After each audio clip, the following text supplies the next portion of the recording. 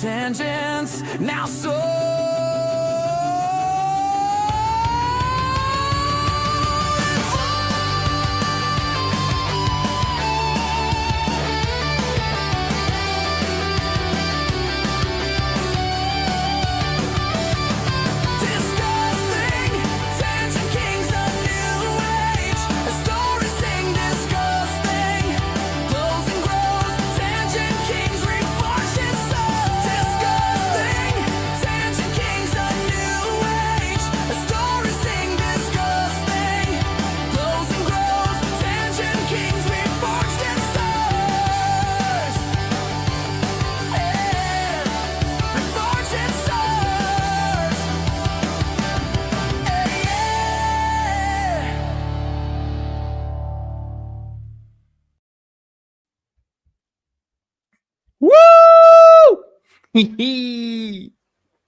Third time is the charm, by the way. Third time we did it.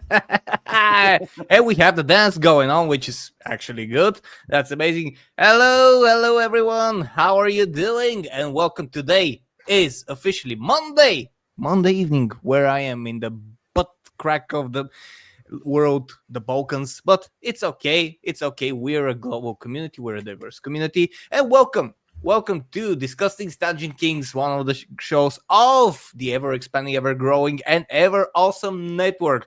I want to first welcome all of the panelists that are here today. We're having our 10th episode, and we're still on YouTube. We're still not banned. We're still here, baby, and we're still cracking on. YouTube cannot reach us.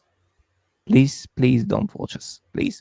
Anyways, welcome to all of the panelists, the co-hosts, the dignified cartoon gentleman, Roger from Country Time Pop, Jace from Cancel the Podcast, and Byron Sidious. Hello, welcome all. Thank you very much for being here. This is a regular crackdown, regular rumble, regular rampage, and absolutely a regular show with irregular topics. I also want to say hello to the chat. Welcome everyone. Thank you for being here. Thank you for absolutely taking time of your day to come and watch us and have us in your ear, in your eyes, and have us entertain you the best we can. Without any further ado, I want to give the word to the panelists, and we're going to be starting with Roger. How are you doing, my friend? I've been doing good. Been behind on creating any kind of content because literally after last Monday, my internet has just been completely dead. So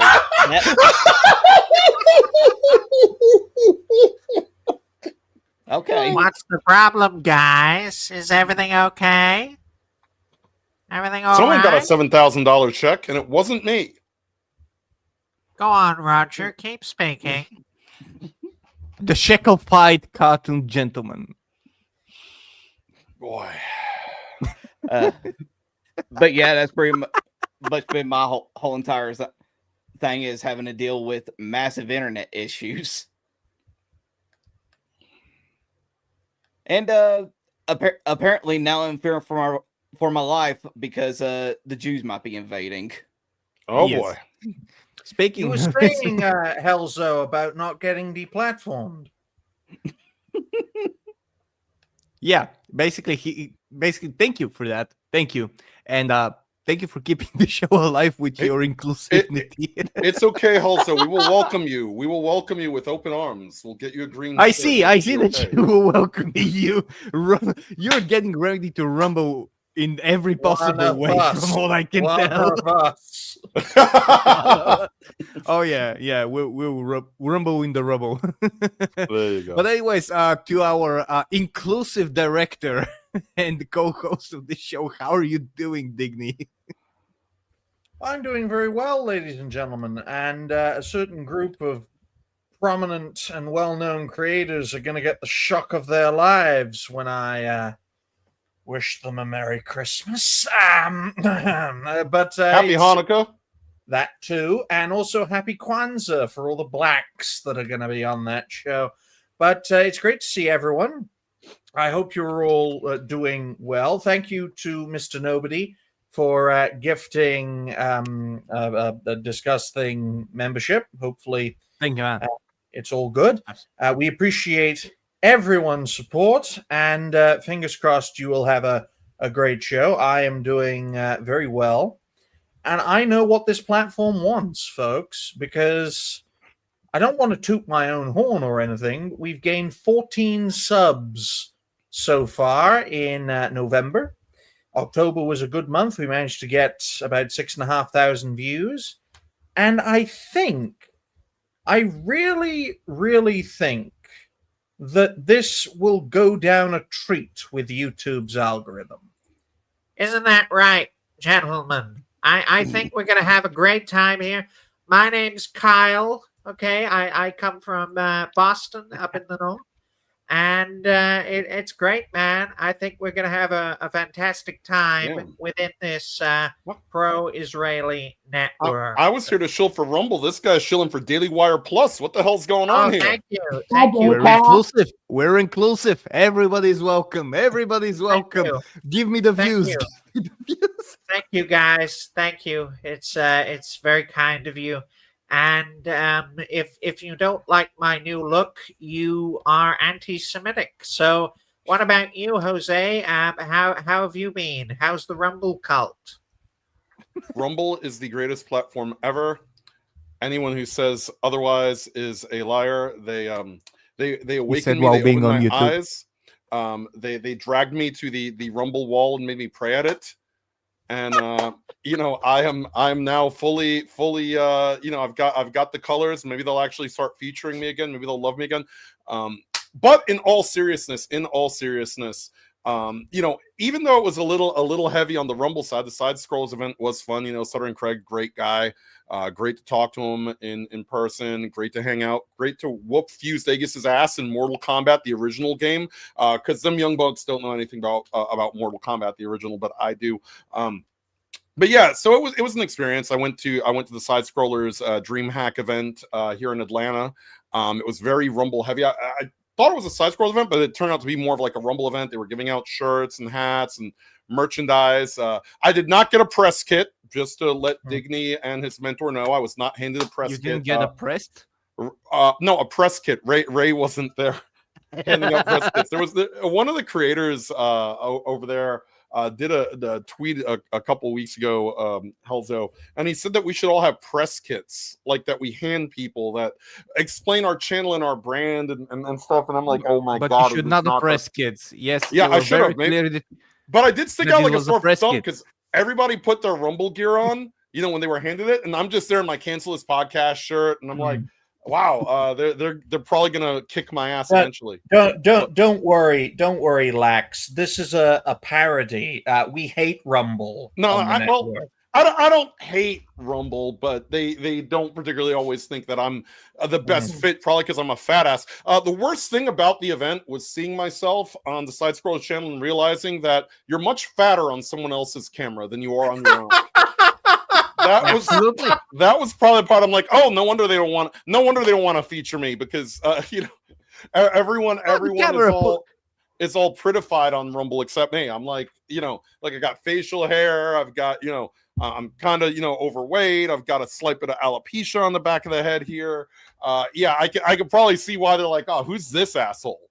But other than that, like I said, the camera puts 10 pounds and you were just filmed with 6 cameras. But the people there were cool. You know, everybody was nice. Nobody was like rude or a dick or anything like that. You know, I understand it, but on the same token, as Digny and the rest of us have discussed, in some ways, like the institutionalization of it will lead to sort of like cliques and in clubs, and it'll be just like high school, only digitally.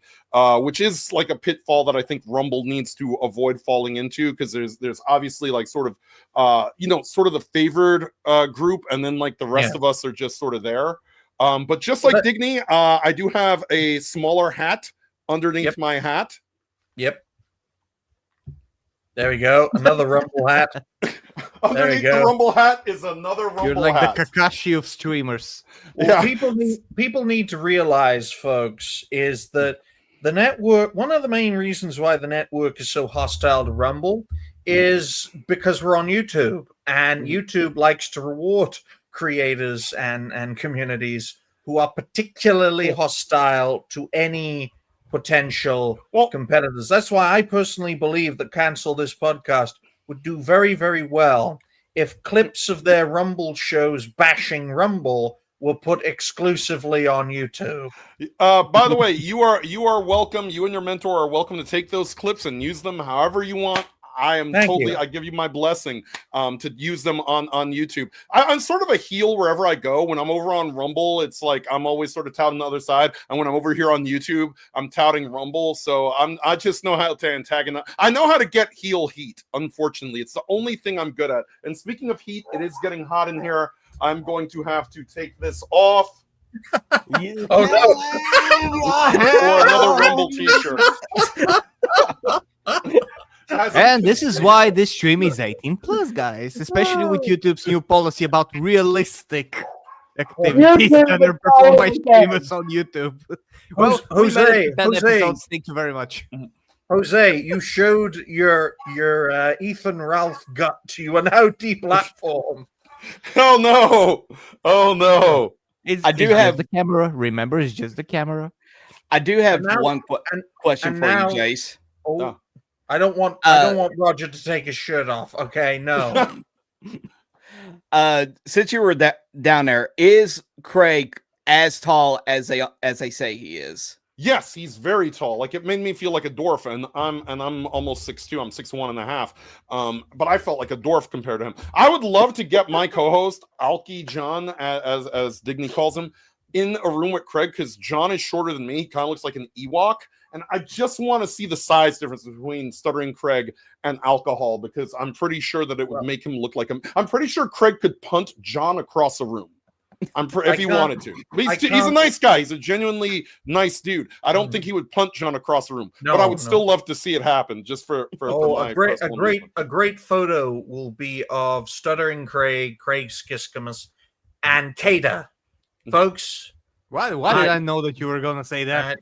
Oh boy. Right. Now from the lost city of Atlanta to the lost city of Atlantis, because Byron, Byron's a great guy. He's not a content creator. He's an author. He's also a family guy. And as a result of his mobile setup, it sounds like he's always underwater. That's why I made the Atlantis joke. But it's fine. Byron, how have you been? I'm doing all right. Thanks for letting me fill into an open spot that you've got here for today for a little bit.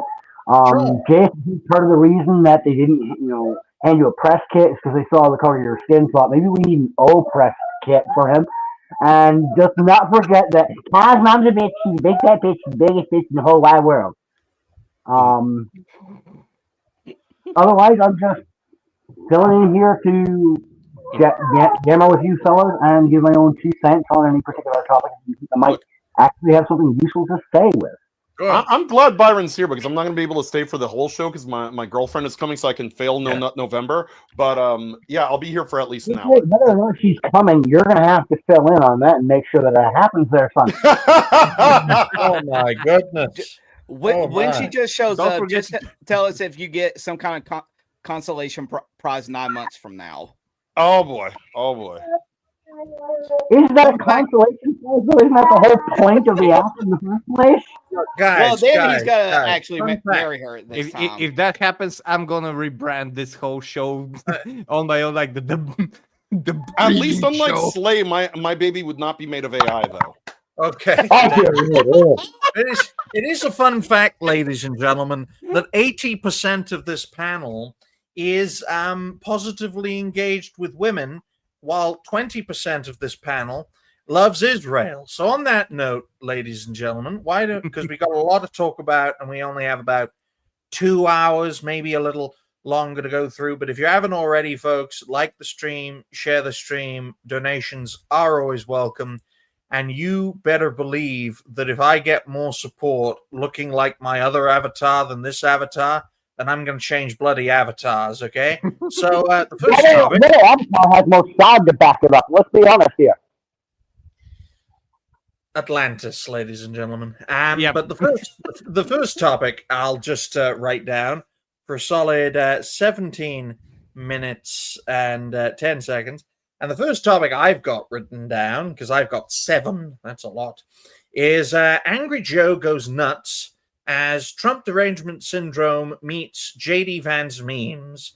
The meme that you should all be familiar with is the fat, hairy meme of JD Vance where he spins around, and the vice president courageously decided to put on a wig for Halloween and do the spinaroonie, as it were, not the Booker T spinaroonie, an actual spinaroonie. And as a result, he embraced the meme. It seems Jose's girlfriend arrived a little earlier than we expected, ladies and gentlemen. She came early. She can't. Oh. No, I think that's supposed to be his problem on his side of things to make sure that nothing happens early, but you know. Oh, There wait. we go. False There alert. we go. False alert. Don't worry. But Helzo, what do you make of not just JD Vance embracing the meme, but the fact that Angry Joe is just going completely mental? I'm gonna answer you in sequence as you ask me. First of all, embracing a meme about yourself is in the current day and age is the most adult thing that you can do. By the way, you can I personally you gotta know something about myself. I personally care very little about politics as a whole, and even less than American politics. But what JD Vance did, it was in my book amazing. When you embrace and when you ride that wave of some people trying to make fun of you or just someone doing it in jest and it becoming viral, even though if it's not malicious, but it gets so viral that it's used or tried to be used in a malicious way, that's the best thing you can do. That is the best thing you can do to own it. And he owned it in the best way possible. On freaking Halloween, he was just, "What's up, guys?" I love that. I love it because that is how you do it. That's what you can do as an adult, and that's what you can do as a smart adult. Whether or not you would agree or anyone will agree with politics or anything else, that was a smart move. That was a good move. Whether or not he came up with it himself or someone told him to do it, I don't care. He did it. He owned it completely. He danced, he laughed, he talked, the hair was out, everything else. As for Angry Joe, I'm very sad, by the way. I'm someone who grew up with content creators before YouTube. I'm someone who grew up with Channel Awesome. If you remember what Channel Awesome was, we're talking about the Nostalgia Critic, Angry Joe, the Angry Video Game Nerd, those OGs that in the past they used to do great stuff, and some of them still do. And to be honest, Angry Joe is still someone that I would listen to his video game reviews because he's trying to be on just reviewing the video games from his side of view. But everything else that he's doing is just, in my opinion, destroying him, his brand, destroying his credibility. Because when you insert that level of extreme political talk to your gaming persona, that's when you lose credibility. If you're gonna build a whole industry of you being a game reviewer, someone who stands for gamers, and he did stand for gamers for a long time, and he still sometimes does. I mean, when you have that persona, then you're just destroying your brand. You're just destroying when you're that vocal about those stuff. Well, that's a fantastic point, Helzo. Though I'd like to to point out. I mean, it's a basic fallacy among the opposition, making this narrative argument that companies are making record profits, but they don't provide people a living wage. Well, first of all, inflation is a motherfucker, and that's why profits are skyrocketing, because the value of the pound, the euro, and the dollar is going through the floor. Number two, we live in a globalized world, so if wages go up in America, companies can be they could just be like, oh, I'm gonna go to China, I'm gonna go to Mexico, I'm gonna go to somewhere where I don't have to pay my workers a dime, and that means no American jobs. I know Trump has clamped down on that a lot, especially with the tariffs, but I think the most egregious thing within this statement, guys, is that Angry Joe, yes, he's being angry. He is staying true to the name of his show. However, he's not staying in his lane. He did not make a name for himself as a political commentator. I honestly believe that if he mixed politics, pop culture, gaming together and started out that way, say as an Obama supporter, say as a Hillary Clinton supporter, Joe Biden supporter. In fact, he's been around so long, he could have gone on that arc. Then this would have made a lot more sense. But let's face it, folks, when Angry Joe started his creative journey, he wasn't really that vocal in his political views. No, he was just a gamer. He was just a gamer. And then the TDS set in around 2015, 2016, and that's when it kicked off. Well, if you wanted to create a Angry Joe political channel and have it as a separate page and have that as your own niche, like a secondary channel or one of many channels, then this statement would be understandable. You could push that political narrative, and if you get a support base off of it, then best of luck to you. The problem is you're jamming it all into one thing. That's not how it started. Now, as someone who despises the notion of change, especially when it's within content creators, I don't like it when a prominent creator does this, and I don't think it should be emulated. There is a place for politics, for discussing politics, and there is a place for discussing pop culture and gaming. If you want to advertise yourself and your channel as doing all of that in one, fantastic.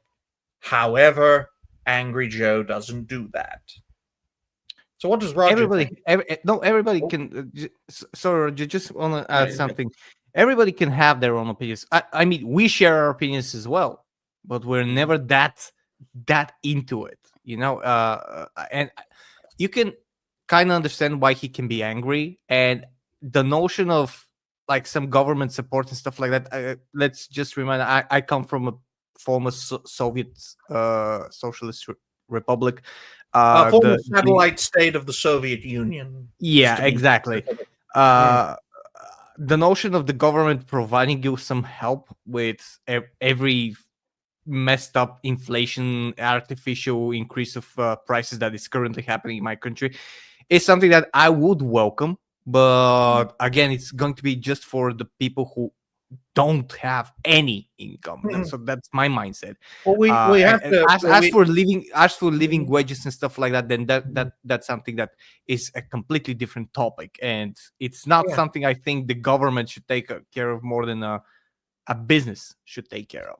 Well, I'll tell you this, guys, just to give you all some context. It's understandable that Helzo has his perspective because he comes from a country whose democracy is, well, 35 years old, okay? It's not a... Basically, it was a kingdom, and then it became a communist state, and then it became a Western-style democracy. And it's hard to change things that have been a certain way. So it's understandable if Helzo has some sympathies with socialist thinking, okay? Especially in a land that isn't used to the free market, all right? But with Angry Joe, the man, I think, born and bred in the United States, maybe that's why he's so hostile to this regime. Maybe his parents brought him here illegally, for all I know, right? As far as I'm aware, he's based in West Texas. He's based in, I think, El Paso. He's based on that western tip of Texas that's always bloody blue, right on the border with New Mexico. But I think it is hilarious that while Angry Joe is coping and seething, we get this. And I know you guys can't really see it using this angle. Let's find a different angle. But now it's basically responding to this, to a meme, and it's driving him. It's driving him absolutely insane. Roger, what do you make of Angry Joe having a TDS meltdown, and the fact that JD Vance is embracing the meme? Well, here's the thing. We all got to remember when Joe started doing this. It was when the government started implementing like memes and stuff involving video games, not just any video games, but video games that he claims to be a fan of. And it's the whole entire thing of keep politics out of it. Video games. I completely understand that. However, people like Joe will only go to one direction in the political spectrum when it comes to that whole entire argument, because they didn't seem to have an issue whenever like the left would like invade like the stuff that he's a big fan of, because he's a big old leftist. But when the right does the exact same thing, oh no, hell all breaks loose for him when it comes to all that. And he is just getting more and more angry, albeit the name and everything, over the fact that the people that he is going after aren't acting the way that people on the left would react. Because look at the whole entire thing with JD Vance, when people made that meme of him being real fat in the face, big hair and whatnot. Did he get butthurt over that? No, as we saw in Halloween, he fully embraced it. If you ask me, what would have made it even perfect if he got Trump involved and they went to Oval Office, JD Vance had an open bag of cheeses and got one of those makeup brushes and started powdering his face with it. It would have been so funny, Roger. It would have been so funny if Vance went to Trump as his meme, and then Trump decided, I'm going to take off all this orange makeup, I'm going to put on white makeup, and I'm going to look like the Joker for a day. Remember the Obama Joker meme? But Trump actually does it and embraces it, and oh no, we have the Joker. Imagine the CNN articles, the Joker is president, oh no, 25th Amendment. No, it's just celebrating Halloween. But yeah, it's just the whole entire thing of that people like Joe just getting completely butthurt because we don't act the way that their side acts whenever we do stuff that makes fun of them. They get angry because we're not angry. And then whenever we embrace it, there's like, why aren't you getting mad about it? We're making fun of you. And it's like, dude, it's a joke. What is there to be mad about? Well, speaking of being mad, folks, we've got a Rumble cultist here. So we're going to get the Rumble cultist's perspective. Jose, what do you make of this whole situation with Angry Joe and JD Vance? Well, I mean, here's the thing with Angry Joe. There's a word I'd like to call him. And on Rumble, you can use that word, but you cannot use it on YouTube. It begins with an F. It's a 6-letter word. It's a word I like to use quite often. It's the Melanie Mac word, ain't it? Yes, it is the Melanie Mac word. Is it the old-style English word for a cigarette butt? Absolutely. Absolutely. And here's the problem with Angry Joe and this whole thing where he's starting to enter the political spectrum. You know who else started doing this? G4. Is G4 still around now? You know, after their revival? Nope. South Park doing it. They're seeing record disapproval. Not in the history of ever of people looked at South Park and said, no thanks. You know what? I'm good, because they've doubled down and tripled down on this political nonsense. TDS is not a good look for these people. And it doesn't mean you have to like Donald Trump. It does not mean that. It means that bringing it up is exhausting. People left, right, center, whatever. Nobody's going to give you brownie points just I hate Donald Trump. Okay, good for you. Who gives a shit? Like, you know, is this viable for anything? And the thing with the memes is that JD Vance has figured out something very important, and this is because he is in his mid-30s. Is he grew up in the culture that a lot of us grew up in. He understands meme culture, and you know what? The old days of, well, I'm offended by that doesn't work. I remember when Obama was president, I was listening to some talk radio in the car with my dad, and Obama was upset about political cartoons. And in my head, I'm thinking, political cartoons exist for everybody in the history of ever. It's not a Democrat or Republican thing. If you're the president, you're going to be made fun of. Why is Obama acting like a little bitch about it? Because that's what he was. And so the thing about it, JD has figured this out. If you want to win an election in 2028, you need to show you literally do not care what they joke about you. The couch thing doesn't bother him. The fat baby thing where they make him look like some Bray Wyatt nightmare fuel doesn't bother him. JD Vance has figured this out. In fact, when people say negative things about Vance, he sometimes tweets and replies to them with the meme. Yeah. He said to Harry Sisson, after Harry Sisson cried about an AI meme of a dump being taken on Harry's head, I'll ask Trump for you, Harry. Like, this man has figured out how to play the game of social media, which is important. It's something that these dinosaurs that are in politics have no idea. They don't fathom it. But the other thing about it is as was said earlier, it's never a problem when the left does it. A year ago, Tim Walz, IGN. Oh, Tim Walz should be your favorite vice president because he may have owned a Dreamcast once upon a time, and he may have played Crazy Taxi once. Versus the guy who probably grew up on GoldenEye 007 and played with Pokemon and Magic cards and Dungeons and Dragons and all that shit. Look, JD Vance is into a lot of that nerdy shit, all right? That's more appealing because it's sincere, it's genuine.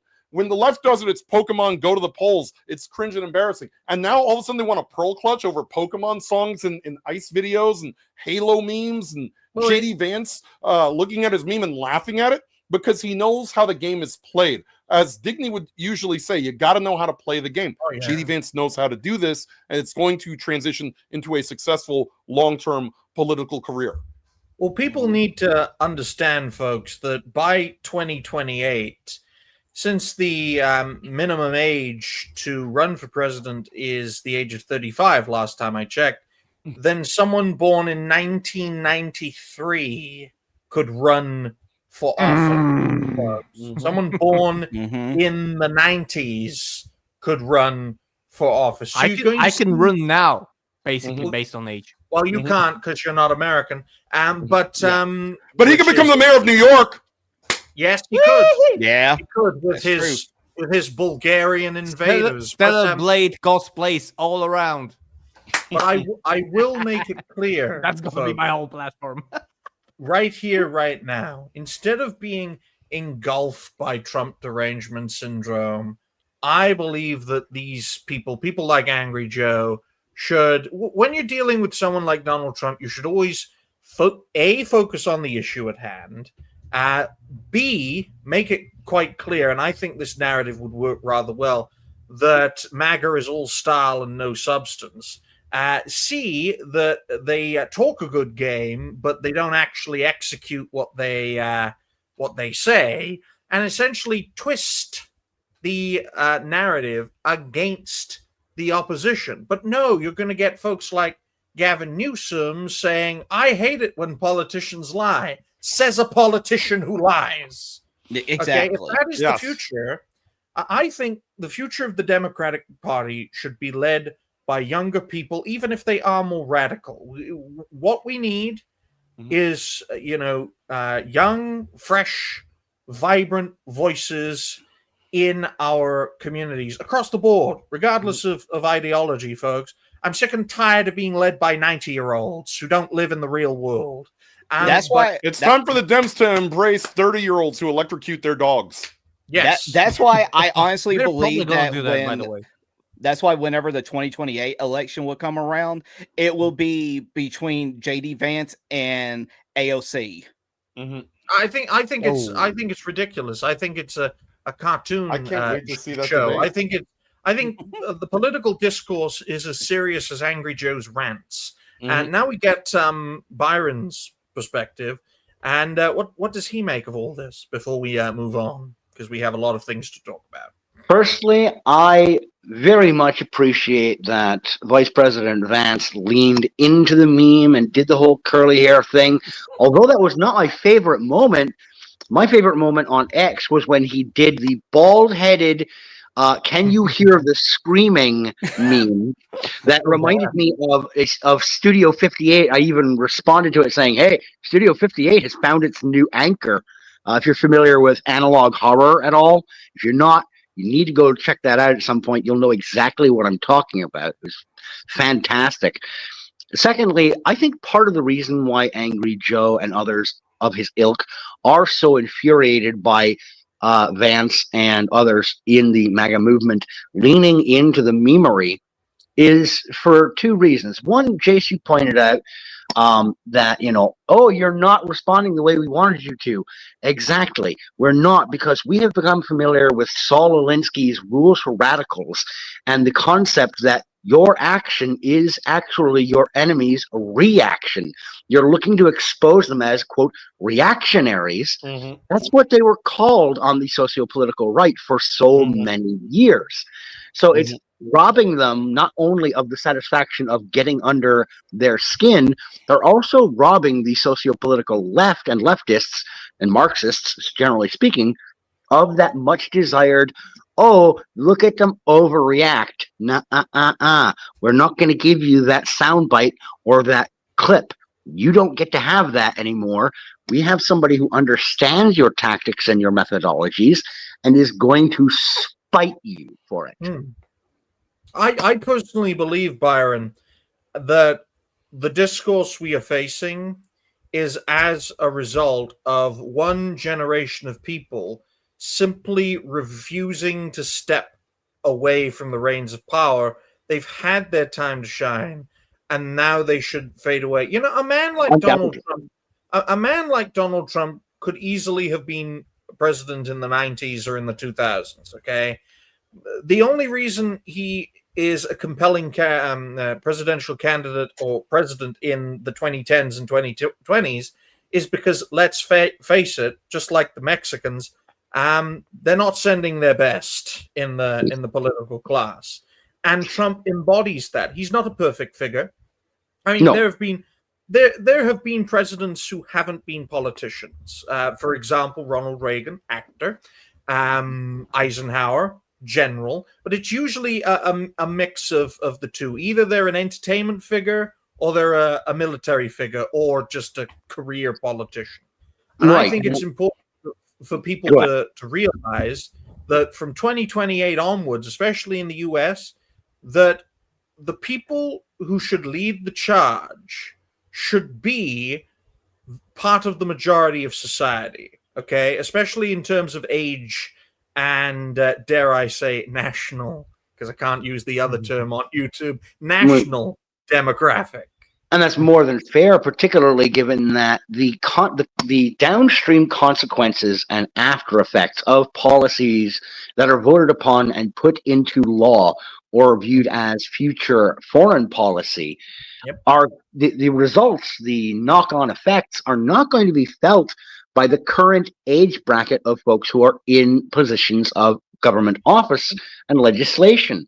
They're going to be done and dusted and gone with the wind. They're going to be in the ground, be worm food by the time we see the ultimate result of the numpty policies that they're enacting into position. Byron, in some cases, they will be worm food, but still be serving in Congress. Just ask Dianne Feinstein. How long did they let that body rot before they finally had to admit she was gone? Her in unaware. She probably couldn't have even spelled her own fucking name by the time. I'm sorry to say, Byron, but that's incorrect. You're assuming Diane was a woman. But in all seriousness, that's folks, right. That's right. I would love to delve deeper into this topic. Unfortunately, there's lots of things. Mummies have a gender? Oh, sorry. Well, I know. They do, there are men and women of our group. But the second topic, folks, which I'll just write down for 40 minutes and 30 seconds. Like the stream, share the stream. Donations are always welcome. Second topic, quick topic, I think, is Iraq bans Roblox over child safety concerns. Now, folks, you may be wondering, why is this a topic? Well, for those who are unaware, especially Americans, because you lot are usually unaware of a lot of things, Iraq, which is a country America bombed to oblivion, has taken the courageous step in banning Roblox, one of the most financially profitable games in the entire world. It's literally toe-to-toe with the Steam platform in terms of worldwide player base, and they have banned Roblox in their country, despite a lot of pressure to not have it banned over child safety concerns. Now, why have they decided to ban this? It's very simple. Whether you want to admit it or not, Roblox has a child safety issue.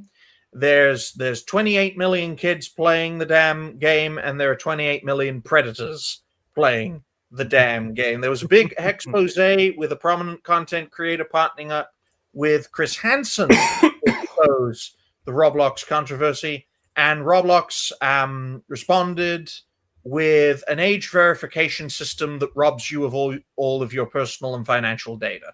That is how they responded. They literally pulled a gearbox.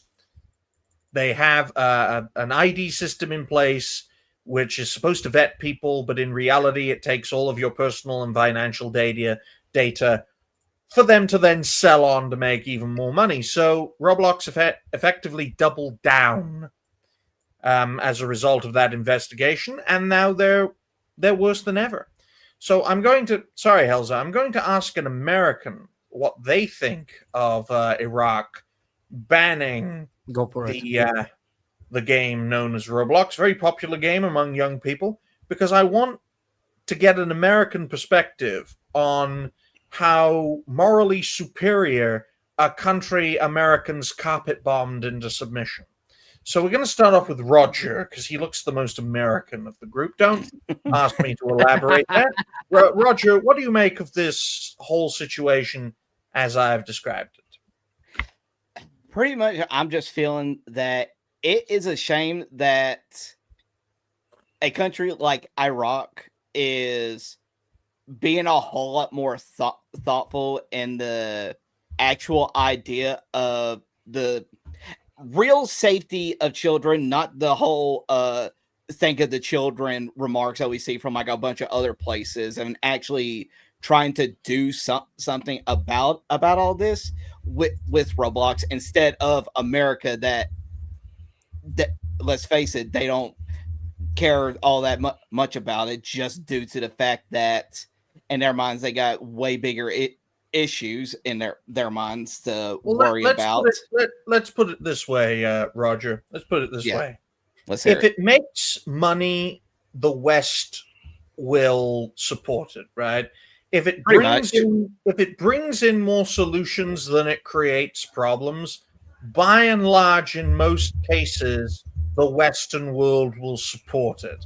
Things like child predatory gaming. Yes, the bad side is child predators, of course, but the good side is money, jobs, a growing games industry that increases our GDP. That sort of mindset. That is the mindset that we take in the West. It's not really the same mindset outside of the Western world, especially in a country like Iraq that has, I call it Iraq because I was born in the UK and then migrated to Israel. Americans call it Iraq, and Iran. It's okay, calm down. But to me, Iraq in particular has every reason to be hostile to the Western world for obvious reasons that I'm sure we can all agree upon. And let's face it, it's far easier for a country like Iraq to basically ban Roblox than it is for a country like the United States. Let's face it. Yeah, and that's just the one thing that gets me, is that, yes, the whole entire idea is money makes the world go around. People might want to try to argue against that, but let's just be honest. That's the truth of the matter. But it's also just a crying shame that people will literally put their literal moral obligations just for a little green in their pockets. And that is what keeps, whether we like it or not, folks, that is what keeps not just the United States, but the entire Western world going. That's why I've always been of the view that a strong economy just isn't enough on its own, folks. We are not just worker bees in a or worker ants in a hive that worships GDP as God. Okay. What about you, Jose? What do you make of the fact that a country America bombed the shit out of has banned Roblox for child safety issues, which is very ironic. A Muslim country protecting children. I feel bad for Iraq, as this is the beginning of their war with Israel. Oh, damn. So there's that. But no, in all seriousness, it is sad that Iraq is willing to do more about this problem than America is. America just, Roblox said, oh, we're going to add age verification that people can just lie to. That doesn't really do anything. The problem here is Roblox and everything that we've known about Roblox. I don't think anyone who has children should let their child unsupervised on something the nature of Roblox or anything else. Frankly, I don't think it's a good idea to just give children unfettered access to the internet without sort of being there and understanding what they're partaking in, what they're looking up, what they're finding. And it's difficult. I mean, parents got to not just worry about their kids, but what their kids are being shown by their friends and their peers in the school system. You keep a phone away from a child, and then the friend is showing them some nonsense that you don't want them exposed to.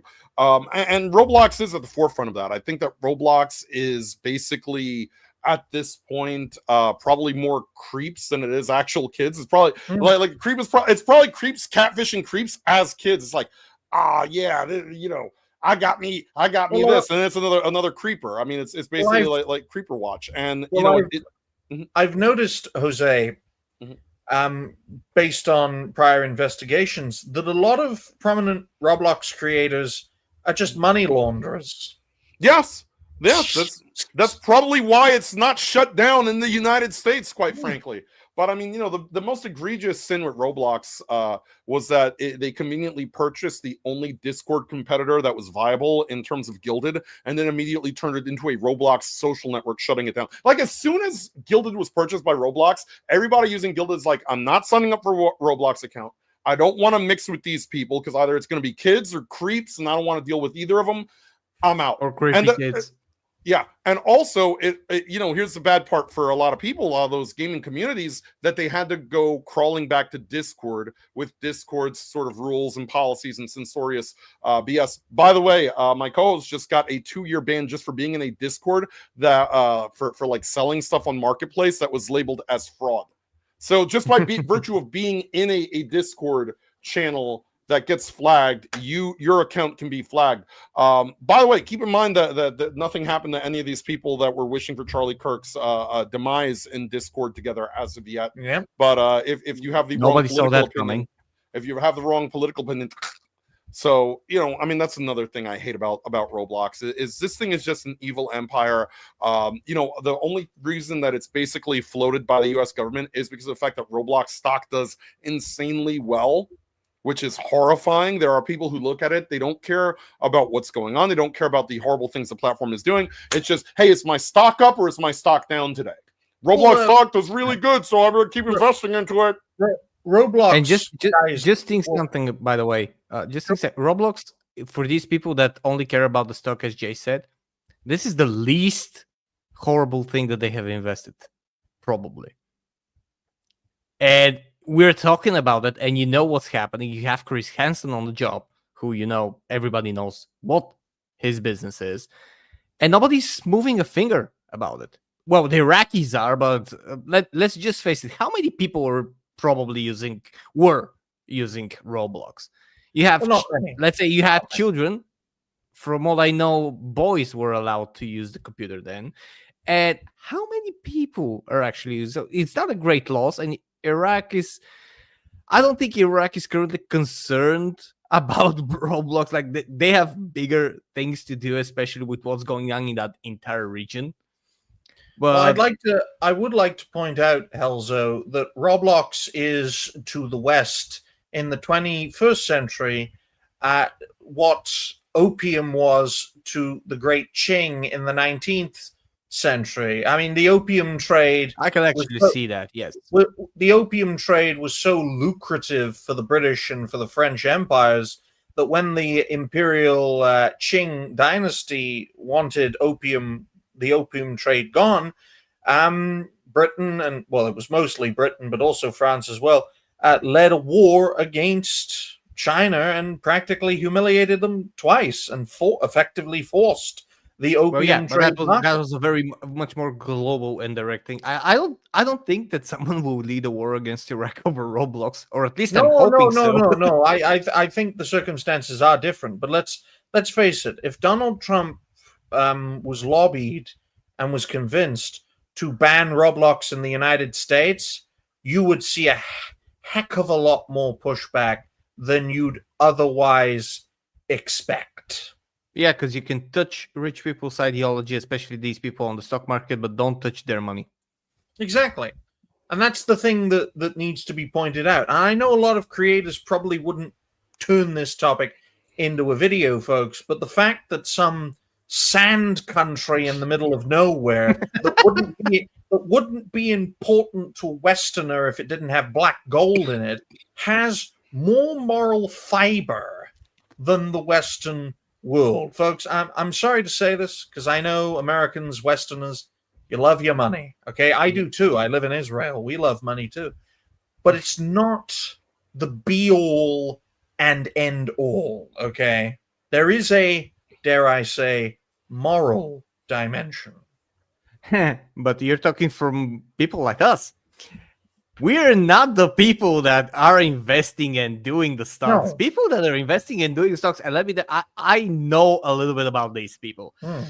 I have met two people who are very active on the global stock market. Very active. And by very active, I mean they can sell everything, or they can just not do anything, and they would still live as kings, not in my country, but in the UK, with the prices. These people, they do not think like us. They do not operate on a daily basis like us. Imagine American Psycho, the American Psycho without presumably the killings and everything, but they're just methodical people that have gotten into a heavy routine, and they have only one active part of their brains: money. More money. Where is the money? What's the money? Is this money gonna be good? Is this money gonna hold? Is this stock gonna go up? Predictions. They're basically advanced gamblers. Hellzo, That's the way speaking they of operate. which, don't forget the politicians in this country, in the United States, they insider trade like hell. They move the stock themselves. Pelosi, Dan Crenshaw, all of them. I mean, they are rich. Look, that's not a politician's salary they're rich on, all right? They insider trade like crazy. And folks, people wonder why Marxism still exists as a legitimate political form, because that's the narrative they are fed constantly, that the West is governed by these effectively and ironically satanic money grabbers who want to rob from the poor to give to their rich buddies. But that really is a topic for another time. Byron, why don't you give your thoughts on this situation? Then we'll hit the hour mark. Then Jose can pleasure his girlfriend, but not live. Not wearing this. I'm gonna have to change clothes. Yeah, that's gonna dry her up quicker than the Sahara. Change clothes. I mean, we'll take them off. Clothes. I think there's a couple of reasons why you might see a predominantly Muslim country like Iraq decide to ban Roblox. For starters, they have most of their children, most of their young, enrolled not in schools that are like you and I understand them, but in madrasas.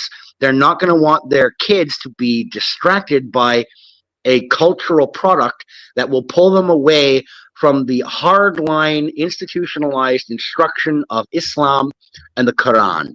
They're not going to want that quote-unquote corruption in the children's minds. There's also the possibility that it could be seen as a redundancy.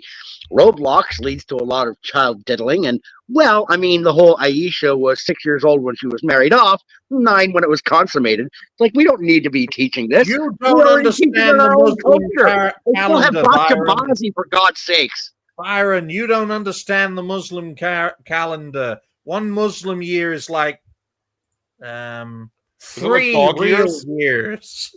You don't understand the Muslim calendar. But no, honestly, I think a lot of it stems from the cultural angle that they do not want that distraction. How are you going to get young boys to be interested in strapping up with a bomb vest when they're saying, "Oh, I want to build my own game in this engine"? No, they're not going to be interested because they're going to realize that they could make something out of literally nothing. Which, look around your country that got bombed back to the Stone Age, which, hey, it looks like modern day Iraq too. And you're going to realize, well, hey, things aren't so great. I could probably do better if I use this digital artificial product in order to live a fantasy life.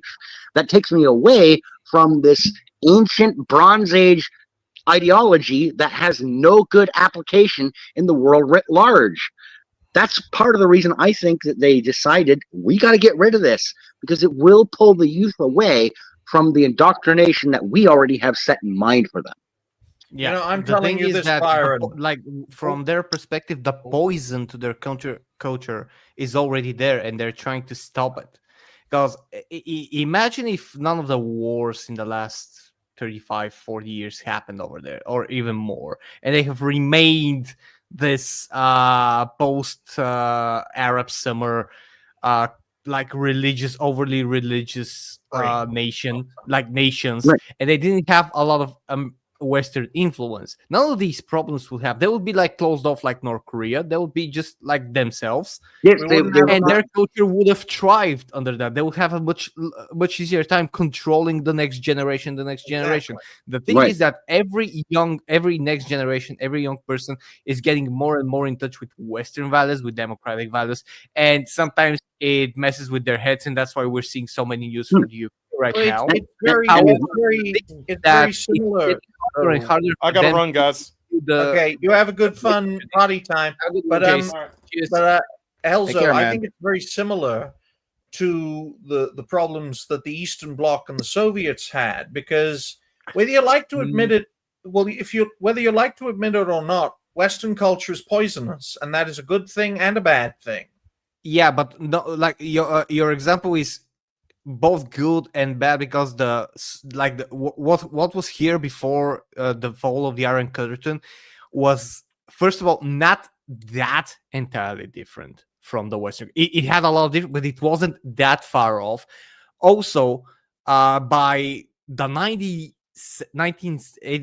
1970s, especially after Chernobyl, a lot of the things loosen up, and we have a few more years to ease in a not so legal ways, via contraband, via Radio Free Europe and stuff like that, to the Western values. And you always had people who brought back certain things from the Western. It wasn't as closed off. But if we were as closed off in the Eastern Bloc as North Korea was, then that would have been a whole different thing, because Right. probably that's one of the most closed off nations, if you don't count the untouched tribes in the Amazon. You know, Or that's the Bhutan. only difference. No Yeah. one's ever heard of Bhutan, folks. That country is led by a fucking lunatic, but because he keeps to himself, no one has a problem with Bhutan or the Bhutanese leader. He's Exactly, fucking nuts. and you're saying that he's keeping to himself. And what's happening with the Middle East and what's happening in the West is that you have your cultures. Both those are two different cultures. Whether or not this is your culture, this is your culture, yeah, their culture in our worldview, which I think is the right one, is abhorrent in a lot of ways, especially the religious parts, especially the brides and stuff like that. But in their eyes, it's the opposite.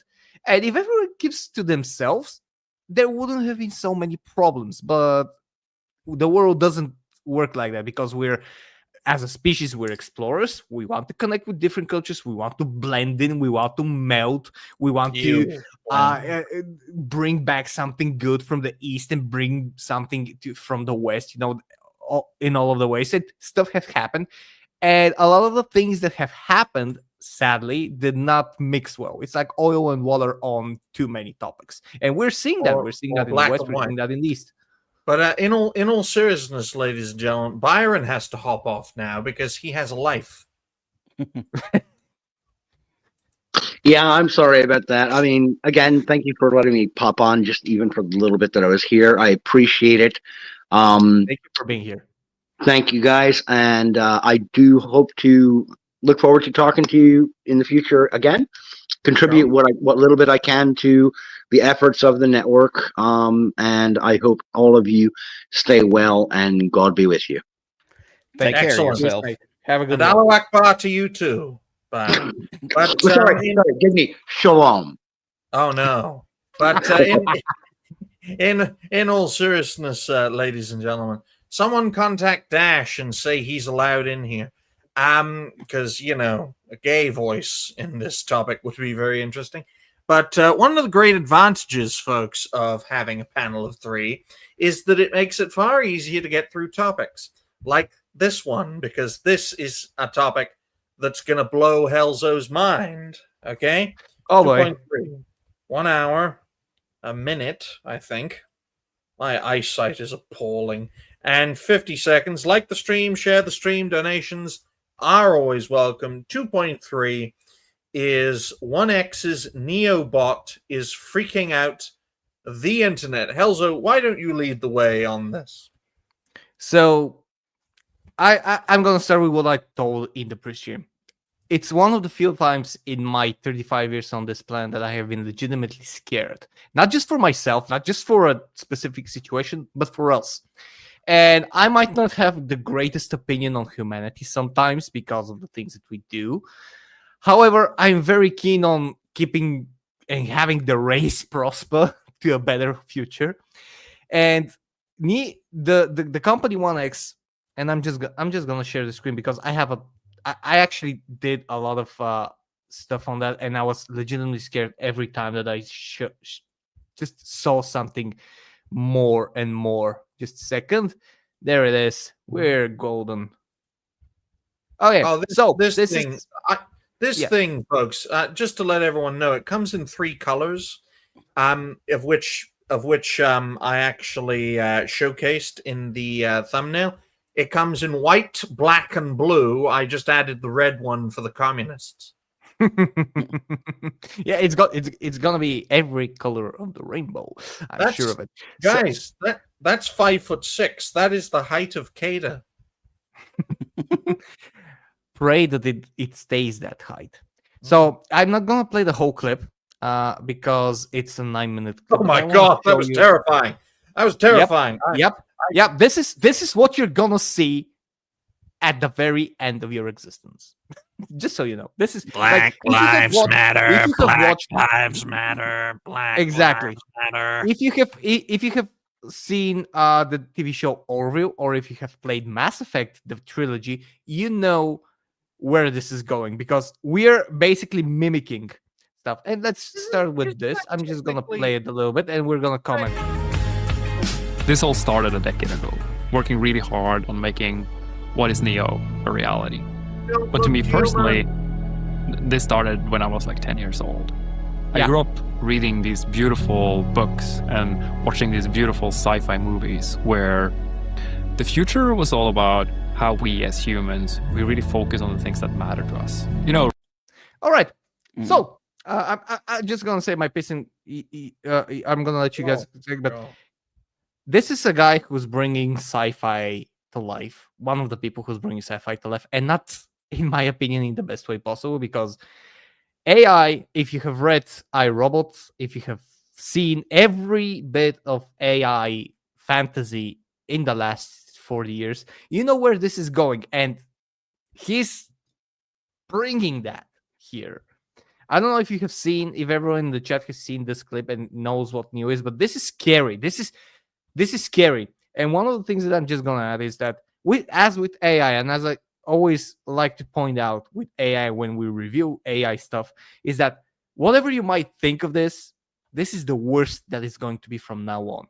Very soon, sooner than we think and we want to think, another company or this company is going to make it better and then better and faster and better. And it's going to continue that. And pretty soon, and I'm not talking about decades here, we're going to have true AI, in my opinion. And that's when things is going to be, Hi, Roger. Oh, my God. Dash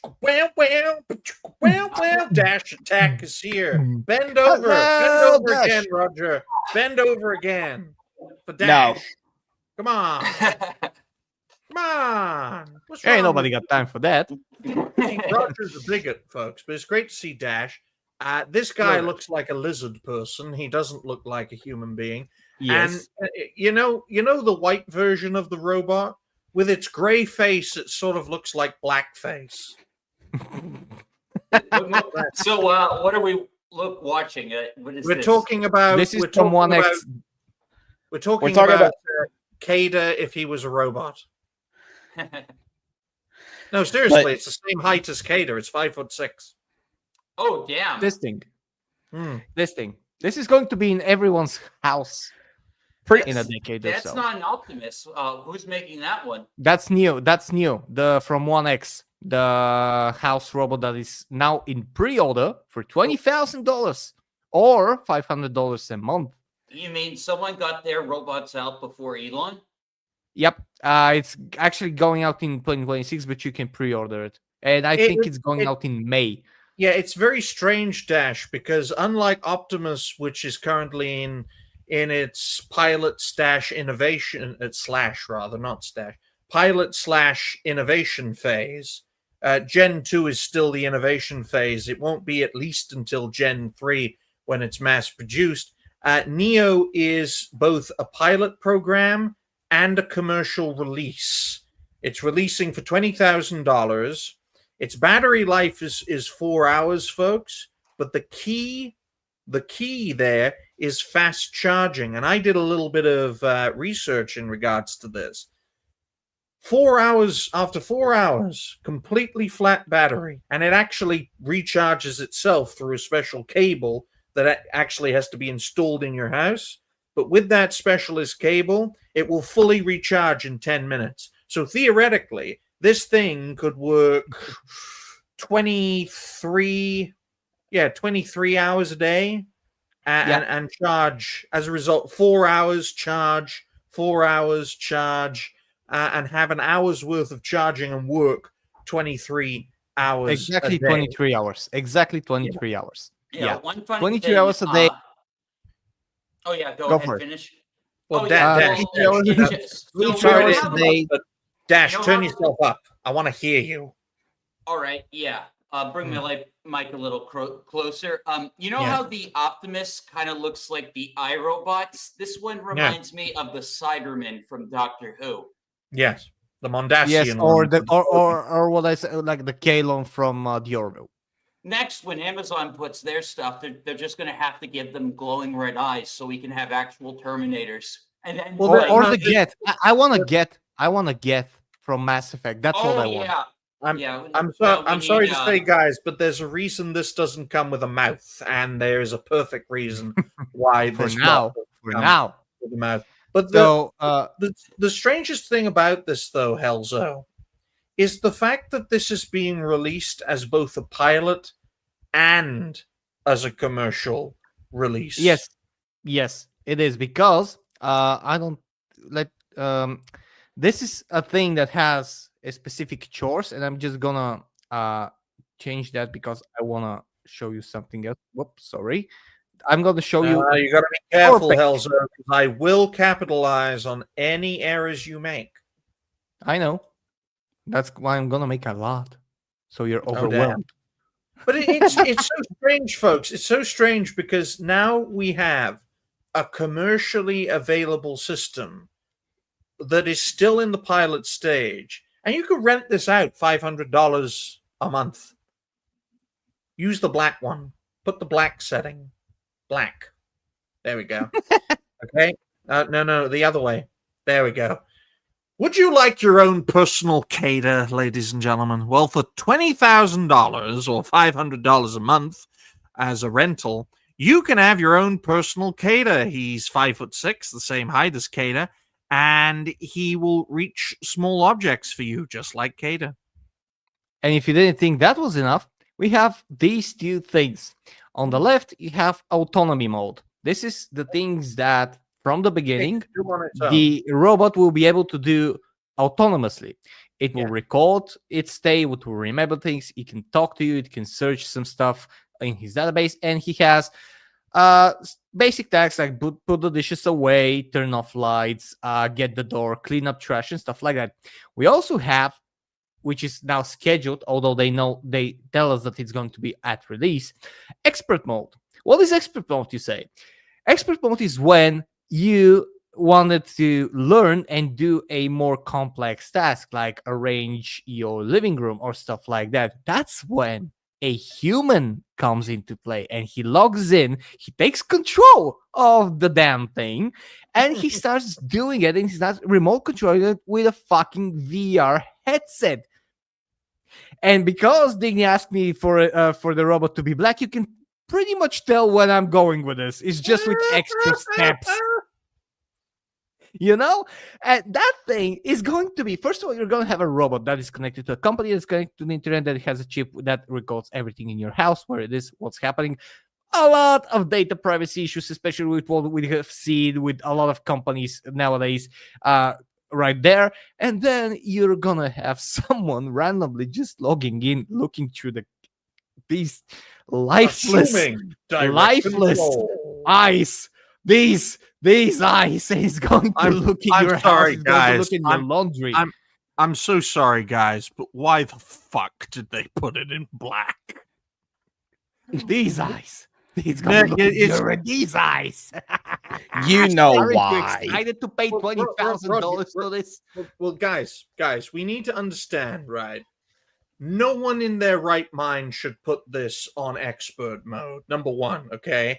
I actually like the fact that it has plenty of autonomous modes, because I personally think that the pilot and the commercial release should not be in the same system. Personally, that would be my own thing, right?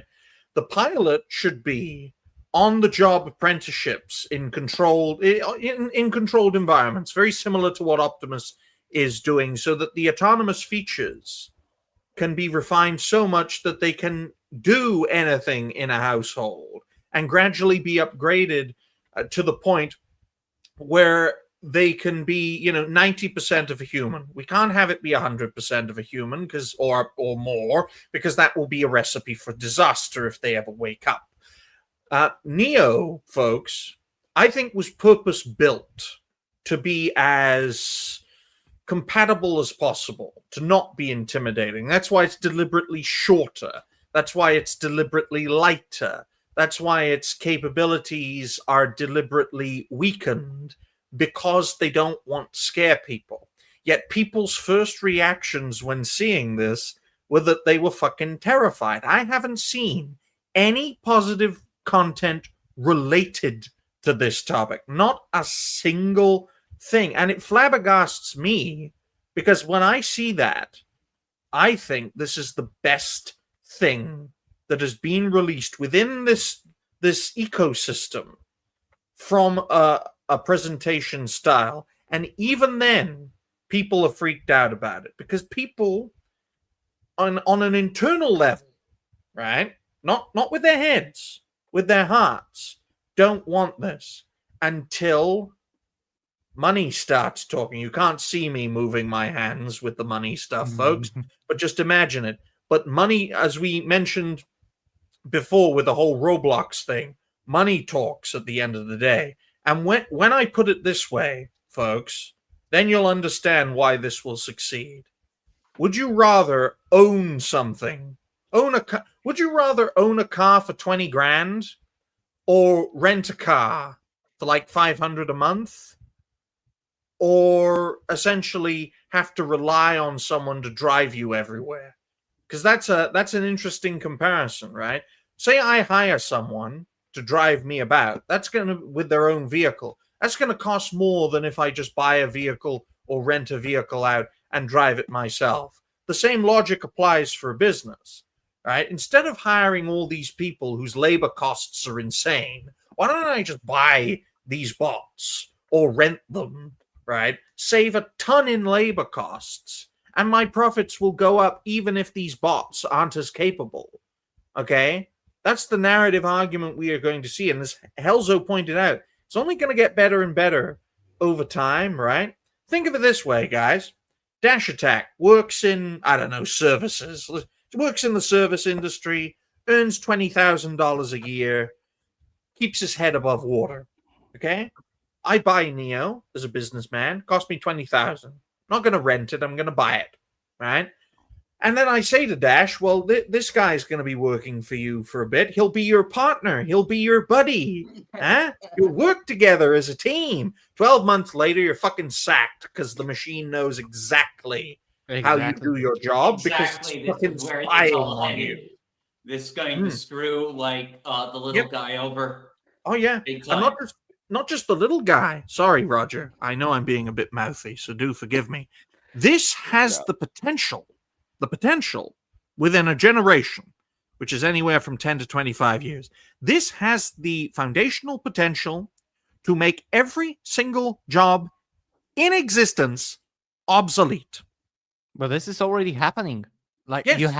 you have worker robots already in Amazon warehouses. You've all seen the news, and it's still continuing. Massive layoffs. If you remember, by this time last year, we did have another wave last year of in the tens of thousands in the gaming and in Amazon, again in Walmart, in a lot of like across the globe, a lot of franchises, and it's still continuing to happen. It's going to get worse and worse and worse because let's be honest, you're getting a worker robot that can stack your shelves in your store. Yep, it doesn't need rest. Yeah, you're going to pay $20,000. But that $20,000 pretty much pays itself out in a half a year because that's a more effective robot, because it doesn't require payment, it doesn't require medical, it doesn't require breaks, it doesn't require time off and stuff like that. It just works. Or and you can exploit it to your heart's content. And it's going to be productive. Yeah, and it's gonna paint you as a modern store, as a very technologically progressive store, as an innovative store. You know, a lot of things like that we already have here. Like I live in fucking Eastern Europe, we have robot bartenders in several bars already. It's fucking awful. We don't trust robots to serve us drinks in Israel. But in all seriousness, guys, let's put it this way: since Roger and Dash haven't had a chance to speak, here's a question for you, Roger. Are you willing to work 23 hours a day, 7 days a week for $125 a week? Hell no. You're going to lose your job because of Neo. What do you make of this topic so far? Literally, it's going to turn into that one bit from South Park of they took our jobs away and Basically, all that. yes. And it's going to lead up to a situation where you're going to have like these companies that, like you said, are going to just replace the workers with these robots. Howdy, Dan. How's it going, guys?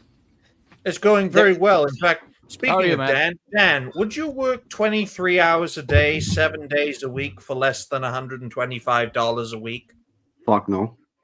Then you are going to lose your job. I will lose my house, my car, my fucking dignity. I will lose my fucking mind. And that's what I'm sorry to interrupt you, Roger, but I think you're good. By asking Dan that question, I know he's just popped in. What a question to ask someone!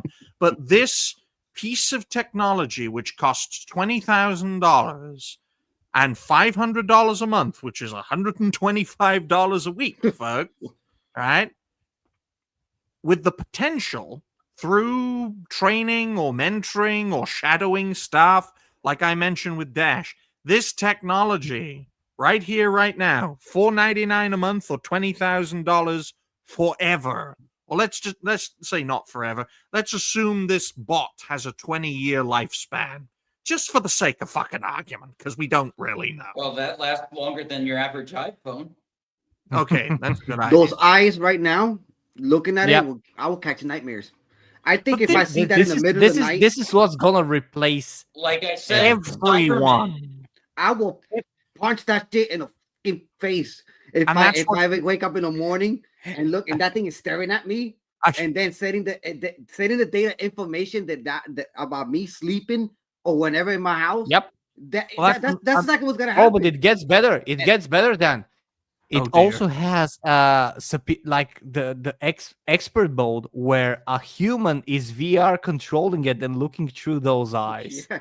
live in your Believe me. house. Such a Believe me. ridiculous mode. At that point, why don't you just do the chores yourself? At that point, I will grab a freaking crowbar and a baseball bat and knock the crap out of that den. Looking at But And every that's eye. And that's what I was getting. And that's exactly what I was getting I at. don't need a reason. Let's just settle down, because Dan and Roger were going to make the same point, because this only leads to one logical outcome, right? You're being, I wouldn't say we're, because I'm human. Okay, I'm not a fucking machine. Okay, right? We are being replaced economically, socially. You bet your ass we're gonna get replaced politically by these things. And don't forget the end of the human race too. That too. Blanker Civilization. politicians. Right? Oh my And that god. poses- That's that what it's poses leading a to. question. That poses a question. What's gonna happen? Like how is the system going to change globally for people who need to live? Because the there are only so many homes that you can go and do plumbing Yeah. jobs at. I do have a point about one thing. Yes, Dan. Imagine that replacing humans for workers. Yes. Imagine that replaces Well, me. that's Now where I it's all work headed. at. Yeah. That's where it's headed. The That's where it's heading. companies are already like trying it's to find headed any faster than you excuse to can lay imagine. off their workforce. It They are makes- they are Well, guys, salivating for these things. Guys, it makes economic sense now, right now, right? That's why I was so perplexed why this was released as a pilot and commercially, because that shows you that this company is not led by businessmen. It's not. It's led by engineers, and this is the biggest problem, right? Elon Musk, great guy. He's not a businessman. Okay, he's made a heck of a lot of money, but he's not a businessman.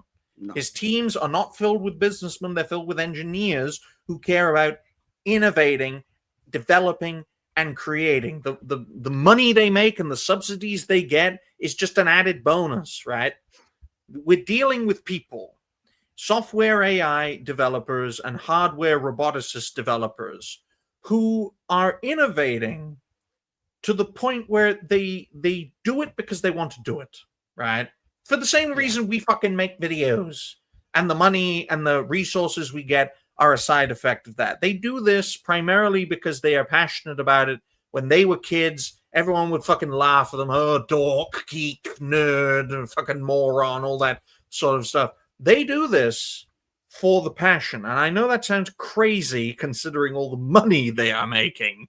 But the guy who is leading the way with this 1X Neo looks like a fucking lizard person, looks like a dork, looks like a geek. And that's not an insult.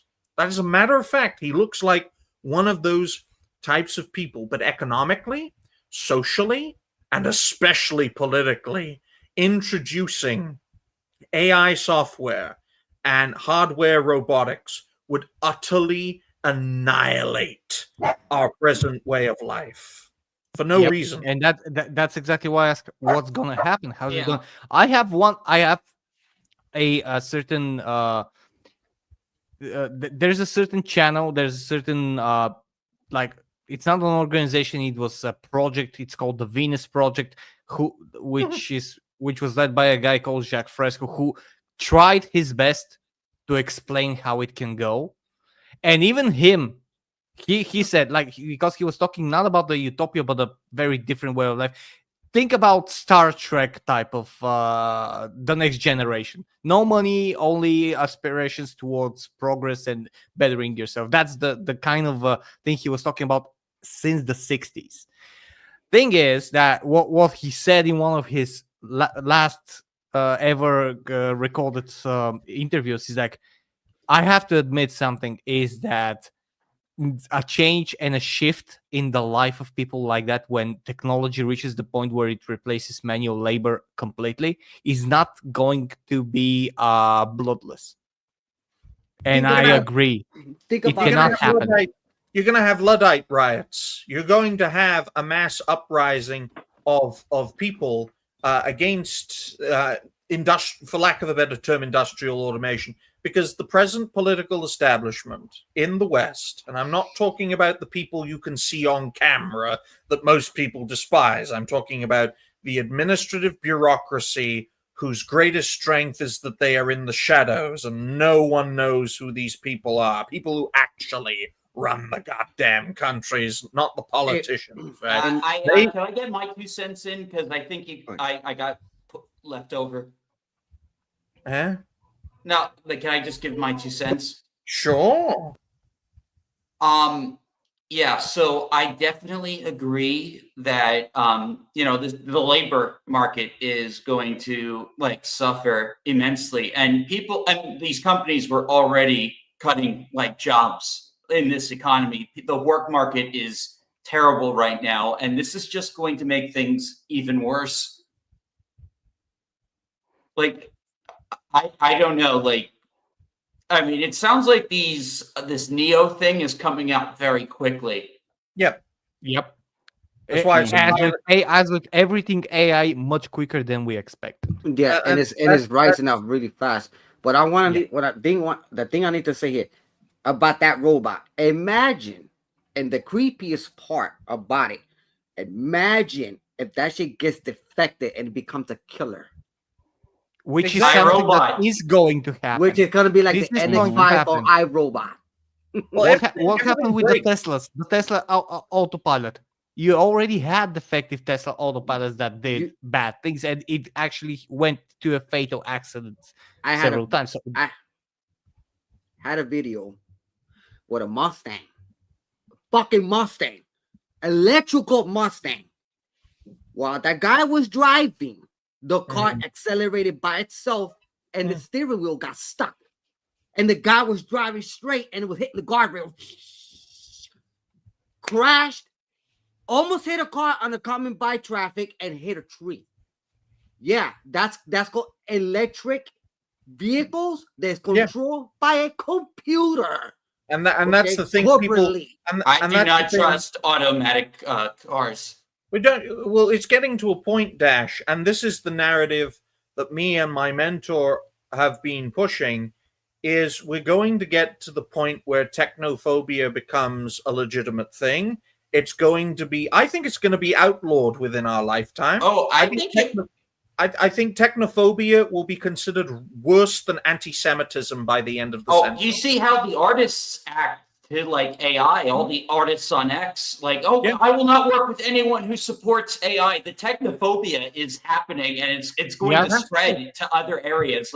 Maybe we're not bothered by AI art, but we'll definitely be bothered by AI getting replaced in the workforce. It is happening because it's directly impacting a lot of people. Well, we already, folks, you may not know this, but we've already gone through a variation of this before, especially in the Western world during the 1980s and 1990s, when Western economies went from industrial, heavy industry, light industry, to the service economy, when it became largely about large labor markets, LLM, just like large language models. See the connection, folks? And as a result of that transfer from industry to services, it led to a lot of job losses. And it did, especially in the US and the UK, lead to whole generations of people to this day being unemployed and being unable to find new work in the job market. In fact, one of the reasons why so many people in the United States are on EBT, 1 in 8 adults in the US are on EBT.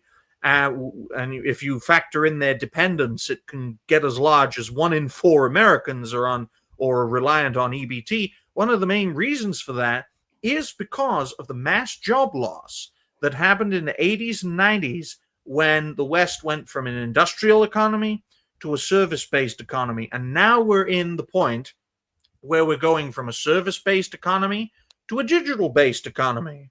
On a software level, that means people who work in software or rely on internet-based jobs get replaced by software AI. And those who are still in the service economy on a hardware side, stacking shelves, tills, everything that still has a physical presence in the physical world will be replaced by hardware-based roboticist jobs, essentially. And the only way people will still stay employed is fixing software bugs and fixing fucking machines until the whiz kid fucking engineers figure out making things to fix those things, or even worse, creating. It's actually already happening, by the way. Sorry to interject, but it's also already happening. Basic lines of code that were in a test environment corrupted were fixed by the AI assistant of a company. I'm not gonna say which company. I'm not gonna say which assistant was that, but on which program and software it used. But it managed to do that. The thing is that what are we are used to talking about these things and accepting these changes in a human perception manner, which means when 2 years ago AI started becoming a thing, and we all know the first Will Smith eating spaghetti video happened. It was still janky. It was janky as fuck. And you could argue that a lot of people say, okay, so this is probably going to get a bit better in the next couple of years. Well, Sora 2 landed 3 months ago, and we are already struggling to know what's real and what not. Yep. You know? And that's 2 years. Imagine what's going to happen in 2 years. And keep in mind, the progression is doubling. It's going times by time. So it's not going to progress at the same pace. From now on, it's going to progress twice as fast as it progressed in the last 2 years. And it's going to get more and more. It's going to keep rolling and rolling, and the little pebble is going to break down the mountain. That's what's going to happen. It's going to happen not in 10 years. It's not going to happen in 15 years. It's going to happen in 3 years, probably. It happens. It's much closer than everyone thinks. It happened mathematically, happened alphabetically, and be able to happen 10 times more than 20 times the speed of advancing.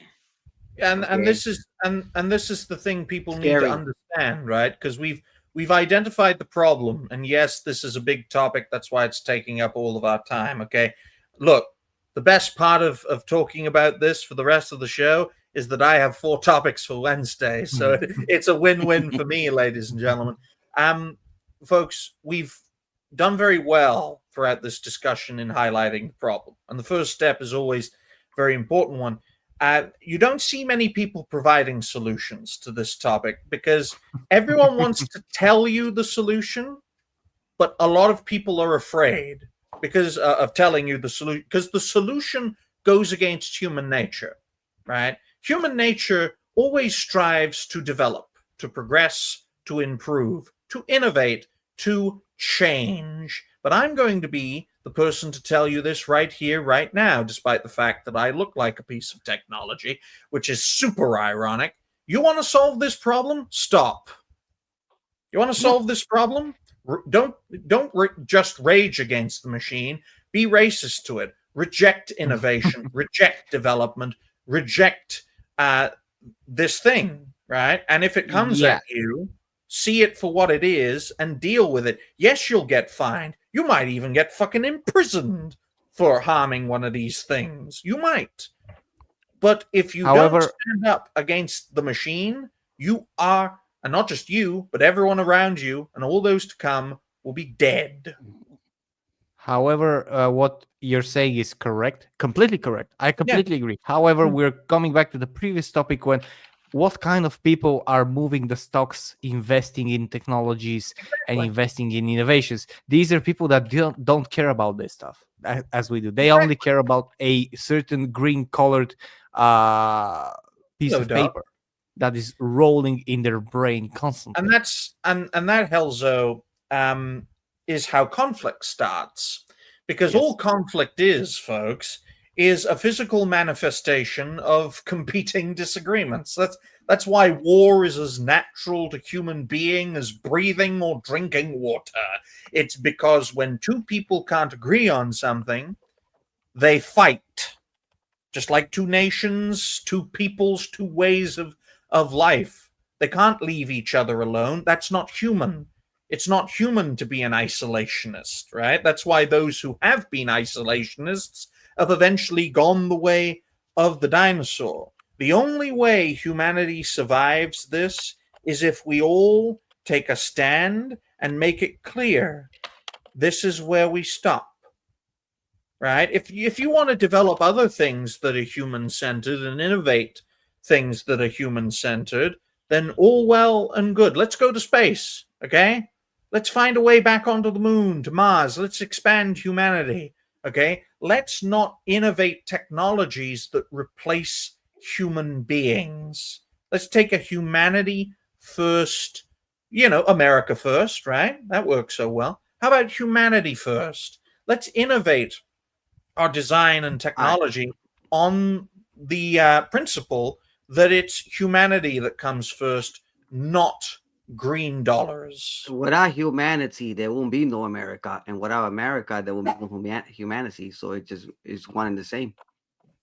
Well, you could say, Dan, and sorry for chewing up all the voice time, folks. I know. You could say that this whole debate is America at war with itself.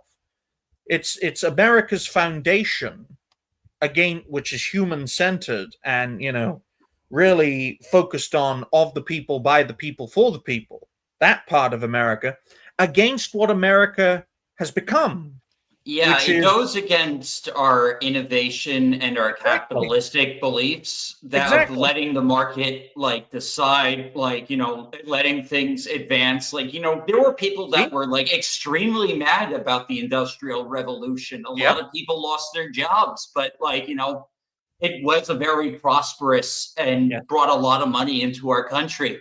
In fact, Dash, you make a great point. The last time America went against itself over an innovation was the American Civil War.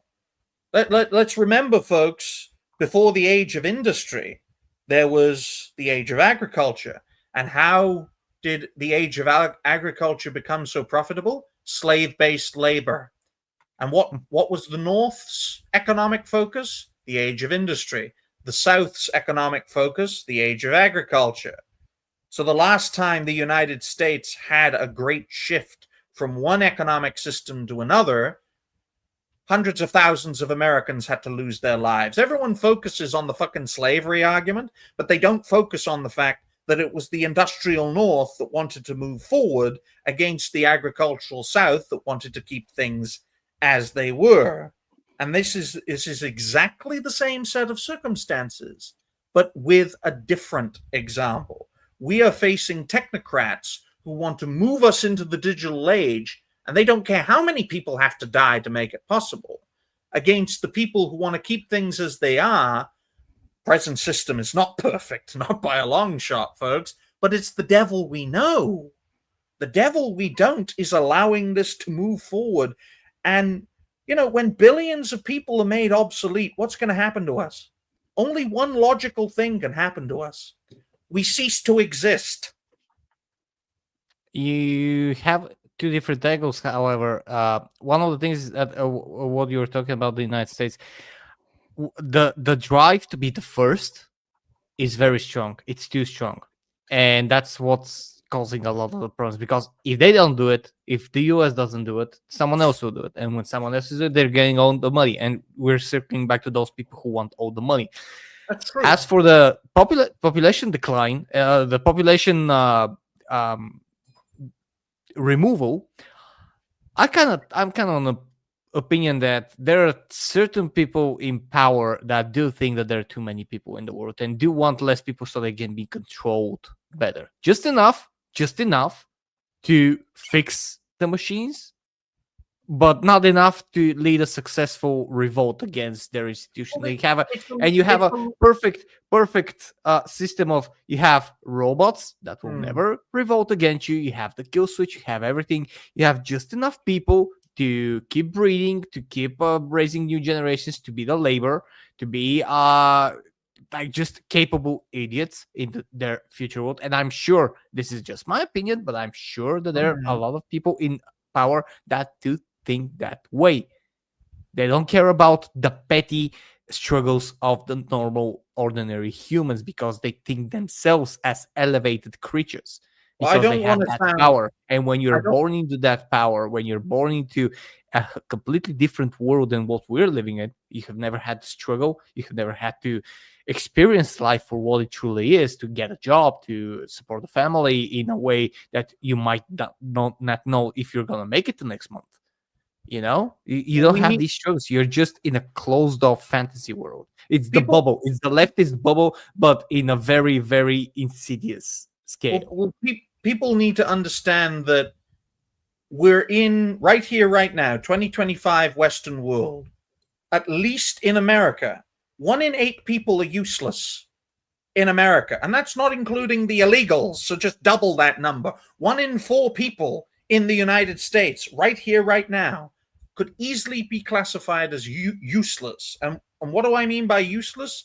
I mean not economically productive, right? If the majority of in a democratic system, yes, a democratic republic, all that stuff, but in a democratic system, it's the majority of people who decide the fate of a land. And if the majority of people are economically useless, and this technology will make almost everyone economically useless, in a democratic system, right, the majority of people get their way. Well, if the majority of people are economically useless, you're going to have a government that supports the economically useless. This is the narrative that I'm trying to get across, folks, especially for Americans watching. Different core American values are going to contradict each other within your lifetime, and you guys are going to have to choose which core values to support. Are you going to support the values of the founders that made this country? Or are you going to support the values of what made your country the #1 country on planet Earth? Because before long, they won't be the same fucking values. In fact, they weren't before. For most of America's history, the US wasn't the #1 world power. In fact, it was because of the founders' policies. For the longest time, America was not the world's power because America's founders just wanted America to be its own thing with its own ways, not conquering the fucking world. So you guys have got to choose. What values do you want? Do you want to be free or do you want to be wealthy? Because before long, you won't. Those two will not be the same. I got one thing to say about this. Sure. One thing. I'd rather be free and work to get wealthy. Okay? Well, you won't have that choice. Dan, I'm sorry to say you won't have that choice. I know. Because this technology, because of the technology. We'll fight for that choice. And that's something that's going to happen. We're going to fight. I'm with Dan on this. I'm the same. I'm the same. And I'll fight it. Thank you. Let me tell you, I am a fighter. Yeah, I've resolved that I will probably never be wealthy, even if my channel like really blows up. I will never be like wealthy. But I go for freedom. We don't want to be rude. Thank you to Roadkill for the nearly $5 donation, saying, Dan, you forgot to put the GD, which is probably goddamn, tortillas away and they dried out. That will be deducted from your pay. Well, so you're not gonna be rich anyway. So hey, Roadkill, don't forget you're in my intro. Oh, this is gonna be fun. Taco truck getting ran over by a Sentra. Taco trucks being chased by Centros. And let me tell you right now, taco trucks. It's gonna have Taco Tuesday with Furious Dan. Hey, have fun. Keep the WWE stuff. Keep the WWE stuff for the after show. You know, it's going to be interesting when you're going to start having pro and anti-robot politicians. I'm wondering which part of the political spectrum is going to take the mantle. Dash makes a fantastic point because we're going to see a political realignment here, right? And we're going to find ourselves agreeing a lot more with the left than we used to. Because a lot of people who are going to lose everything, a lot of people on the left will be deeply against AI, and you will see some strange fucking bedfellows from that. You will. As a matter of fact, they already are against the leftists already are against AI, against it. Because let me tell you something right now. We make memes on AI towards the left all the time, and they catch a fit. Look at the punch memes I do against the left all the time. They catch a tantrum. Look how many Oh, times yeah. I have one popping out. You can ask Dash Attack. They can't Dan. take a joke. Yeah. Sorry, they can't And take a joke. don't come to the UK and post that meme because you will be arrested. Listen, I use the weapon they create. You know what's funny? I use the weapon they create against them, and they hate that. They hate it. I'm sorry to tell you. America, well, guys, America is in this very unique role, right? Because for now, economically, they are number one. I don't know how long that will remain. Militarily, by a country mile, it is still number one. So that's a good advantage. If the United States makes it clear to the world that AI and robotics and AI must be humanity first, not profit first, which is so ironic coming from Americans because they love money. If America led the way on that, the world would have to acquiesce because only the United States has the economic and military capacity to invoke such a mindset. But, folks, the repercussions of that would essentially mean that the United States would effectively be the leaders of the world and would have to enforce that. And that would cause a lot of problems as well. That's the thing with this problem, folks, is that there are no, like the population problem, there are no easy answers, and all of your core values are not going to align. Because in order to have a humanity first system in place, which doesn't use this AI robotics system to basically take the lead, in order to oppose that and have humanity first, well, America's going to have to enforce their system on the rest of the world. And that isn't exactly freedom loving, is it?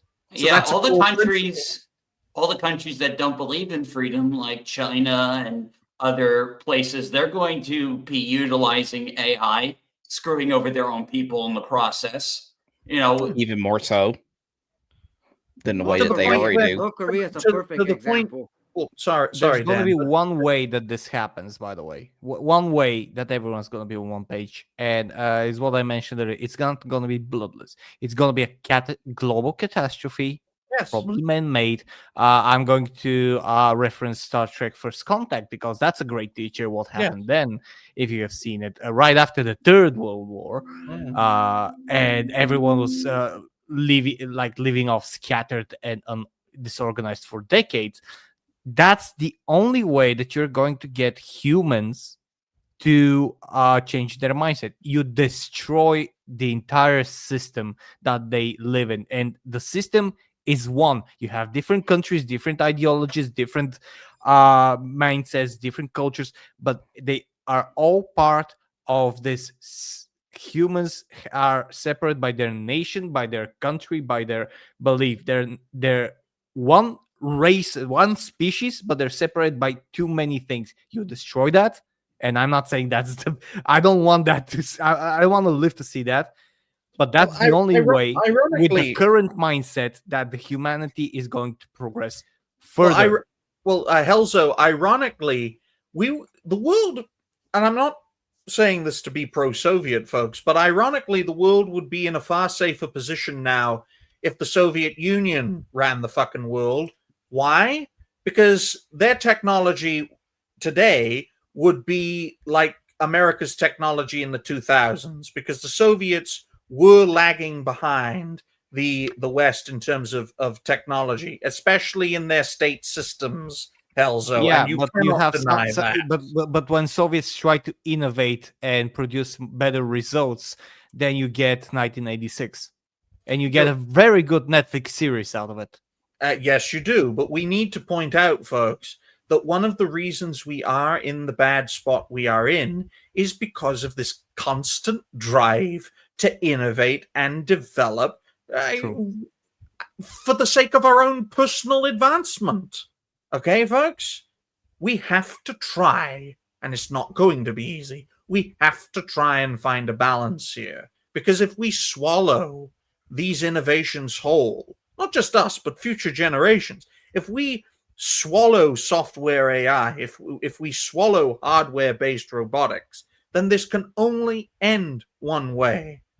either in the open annihilation of the human race through nuclear warfare, or sorry, the overt, not open, the overt way, which is the open annihilation of the human race through nuclear warfare, because it's the most logical way, or the covert annihilation of the human race. Either a population collapses as we embrace the utopia of fucking never work, all no work, all play. We just have the time of our lives until the end of time, and no one has any kids. Or another way humanity ends is that we evolve and merge with the machine like Borg, and you'll see natural humans and humans mixed with machines. And when a human mixes with a machine, guess what, folks? They're not a human anymore. They're something different. Cyborg. Yes, Cyberman, to use a sci-fi. Oh man, we got the machine merging future and not the gene splicing future. Damn it! I wouldn't mind being Mega Man. Give me an Xbox. You should have made a left on that turn. Well, I'm sorry to say, Dash. I'm sorry to say, Dash. And there's a reason people didn't. There's a reason, rather, our system didn't embrace genetic engineering. Because say we all embrace genetic engineering, someone gets a cold, and then we're all dead. Speaking of which, Roger just fucked off. So. But there we you go. already have cybernetic enhancements. If you think about it, we have the bionic limbs that are mind controlled. You have your Elon Musk that is going to be releasing the brain chips. This is going to be just the first thing. Well, those people, I know it. So these are things that are also happening simultaneously with what we're talking about. Exactly. And this is the problem with discussing this topic. It's such a massive topic. But we also need to point out, ladies and gentlemen, right here, right now, because this hasn't been discussed a lot. Those people are not human. Yep. I need to stress that, right? Even if they're getting all of their human abilities back, right? Even if Elon with his Neuralink helps people to see, helps people with like getting new arms and new legs, that is not human. That is human with something. It's like human DLC. Think about it that way. Now it depends. No, it depends. Depends on how you feel it. Like if you don't have any altering in the terms of the way you're thinking and your processing power and how you view the world, and you just have something that replaces something that you have lost, like a prosthesis, then you're still a human. You're just missing something. You're using like a crutch. You know, it's brain controlled, but it is your brain that is doing it. You're not enhancing your brain. You're not enhancing your consciousness in any way. Well, that essentially supports the narrative, Helzo, that a human being is effectively a thing. Well, not a thing, a brain within a body, right? That is the discussion that we can have today. That's a philosophical discussion. Yeah, that is a philosophical discussion. But again, it's a bit different from like if we get brain enhancements, if we get, let's say, bionic eyes, if we get let's say laser arms and stuff like that, and we replace our internal organs and stuff, everything like that. That's a whole different thing. It depends on the extent and what you're doing, because you lose limbs. You lose limbs one way or another, and then you get prosthesis. Well, I mean, if you look at like Star Wars, like Anakin losing his body and like becoming all cybernetic was like a metaphor for him losing his soul and his humanity. Exactly. And the big question is there anything left? And this is the again. problem. It depends on which way you're seeing it. That's the issue. It's not a one answer. Exactly. And this essentially boils down this entire topic, folks. Why the fuck are we rushing into the future when we fundamentally don't understand who we are as a species? I'll tell you. Ian Malcolm from Jurassic Park said it both in the book and the movies. Your scientists were so preoccupied whether or not they could do things that they haven't stopped to think whether or not they should. That's the quote that has been haunting me since AI was introduced. Well, I honestly believe, Helzo, that a human being isn't just a brain, right? A finger on a person is just as human as the brain in your Alright. head is. So by I got- cutting off your finger and replacing it with a mechanical one, right, and I know this is a very controversial mindset to have, folks, but this is something I fundamentally believe. The only person, or the only person who can restore sight to the blind, sorry to get religious for a sec, folks, is Jesus Christ. Quick question. As Dash would agree, because Dash Yeah. is one of them. Quick Yeah, question. I'm One of very us. surprised to hear an atheist say that. Well, yes, because let's face it, folks, a human being can be blind, a human being can be deaf, a human being can be crippled, a human being can lose a finger, lose an arm, lose a hand, and still be a human being. But if they regain those things, sorry, guys, Quick question. you're a human with DLC, folks. But you're I need still to ask- human. I need to ask one thing. Do you believe? And I know this is creepy. What I'm gonna say here. I'm Sure, go gonna- ahead. You guys, Go do ahead. you believe the AI can recreate dinosaur DNA I think it Probably can. yes. and Because bring the back biggest- dinosaurs? I mean, Yeah. like AI biggest- can port like games that were in portable, being able to port it can like restore like lost code. And that's So- the Crazy. and that's the great. I well, would that's just the like great- to add something for Digny because you're saying human with a DLC. I want Imagine driving to I- work and you get chased by a fucking T-Rex. Damn. this is this is by the way again one more thing that they're working on. Sure. So yeah, but Digny, like the thing that makes a human, in my opinion, is the ability to express and feel deep emotions, like the empathy, the morality, the soul thing. So adding a limb does not remove your soul. And by the way, I don't know how many of you are reading One Piece, the manga. It was very well explained there that the character Kuma has slowly was losing his humanity with every robotic enhancement, but he still retained one bit of humanity, his feelings for his dollar. So this is a philosophical question. Everybody is going to have a slightly different or a vastly different opinion. In my opinion, getting a prosthetic or a bionic hand, as you are you are you in mind, you're you, and so it doesn't change, it doesn't diminish your way to feel, it doesn't change your way of thinking, it doesn't mess with your head, with your emotions, with your thoughts.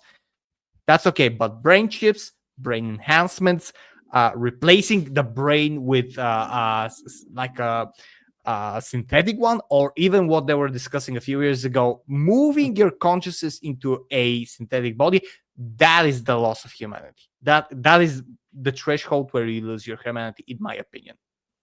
Well, folks, we seem to have stumbled upon something new, folks, that we weren't going to really talk about, because, you know, my view of what a thing is fundamentally different to that of Helzo. When I think of Dash, right? When I think of Dash, I think of him as he is, as he presents himself, right? The cat boy? Yes, Yeah. essentially. That's why I saw no problem putting him on like a skin suit, for lack of a better term, right? So, and Dash, rightfully, had a problem with that. Exactly. But to me, who sees Dash and, you know, reads him to the best of my limited abilities, right?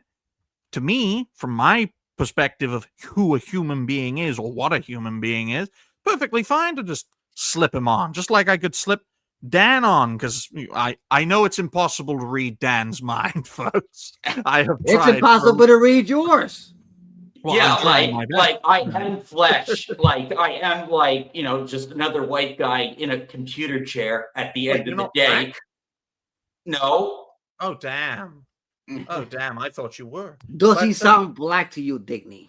Exactly. But the point is, folks, and I think this is a great way to really round off today's show, is that fundamentally, when I think of a human being, I think of who they are. I think of the sum of their parts. I think of every piece of them being themselves, rather than just their thoughts, their feelings.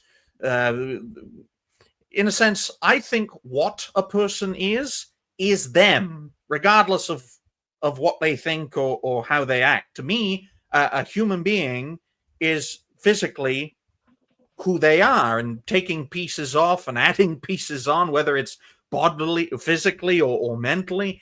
To me, if you add bits on, it's like a base game, right? It's DLC. It's not the game. It's simply an addition to the game. But the core game still remains. Yes, but it's changed. You're not by replacing what the was game. added on. But you're not. Yes, but you're not replacing the game. The core game still remains. But if you replace the core game, that's when humanity and the game changes. Now you're adding to the game, like when you're adding a pacemaker, which will enhance or keep up. It's like upgrading your computer. You're not changing your computer. You're not changing it to a completely different system, or upgrading your car. Or like think of it like or replacing an MMO, replacing the like, door on your car because the old one is broken or it's missing or it's been stolen by someone. Like no matter No. how many times they patch it, no matter how many additions and expansions, I mean, and I new wear systems glasses. they I introduced, wasn't born with glasses. you're but I still going wear to 'em because have they the original help me. adventure, the base adventure, like base WoW, like technically still exists. It's just like But practically it doesn't, and that's the core of what I'm saying. And this is why, fundamentally, folks, as the dignified cartoon gentleman, and folks, for those who know, okay? But the only reason this came to be was through circumstance. It had nothing to do with a personal desire, right? It had only everything to do with personal circumstance. I'm the Chinese communism of YouTube. I only changed because of circumstance, okay? That's the only reason. I don't like change. I don't like the concept. That's I like every people- sympathetic Disney villain ever. Oh, damn. I'm a woke Disney villain. Great. Wonderful. Let's end the show on that. So you're actually sensible. Oh, goodness me. Never call me We sensible. start calling you Killmonger. No, I'm not black. Okay. But on that note, Dignity monger. okay. But it just goes to show, folks, that different people, right? And my way of viewing humanity is a lot different than everyone else's, clearly. That is okay. That is okay because there is no one way. That's the beauty of it. There's not one way to view things such as this. Dash, I will never wear you as a skin suit again. How about that? I did it. I succeeded. Yeah, I'm glad we could draw that line. Yeah. Good. Dan, I'm going to try and wear you as a sin suit one day. But on that note, ladies and gentlemen. As a sin suit? Sin suit? You say Skin sin suit. Sin Also, I'm a suit. sinner now. I'm a And sinner he's just now. gonna Dan, you better duct tape your butt. I knew it. I always knew. It's why he's so obsessed about Skin suit. That's called a blooper, which proves Listen, I'm not a machine. You know, There we Digby is something else undercover. How dare you, Dan? Speaking of undercover, we're going to start off with future plans. We're going to start off with Furious Dan. Dan, what are your future plans? Me working on my intro and try to do a game stream tonight, the most possible way I could. I'm trying to right now. I been working and playing this the Echoes of the Living, and it's been pretty good actually. But there are bugs and glitches in that game that sometimes I open the door and my character gets stuck aiming the gun, which I've been complaining about that. And also, I end up falling in a trap door, and I got stuck with the dialogue when I died. With the dialogue that says climb up and climb down. So that was another problem. But I can tell you right now, the game is just like Resident Evil, completely entirely. It's almost the same way, fixed camera angle, creepy freaking noises in the background, and glass breaking birds that unexpectedly scare the shit out of you. Ooh, Yeah. nice. That's really good. The But you Echoes of mean the Living is also really good. Resident Evil, right? It is Dan, $20. Dan, do you like my profile picture, Dan? It looks disgusting. Hello. Not you. Oh, my goodness, Dan, I had no idea you were a Nick Fuentes fan. What about you, Dash?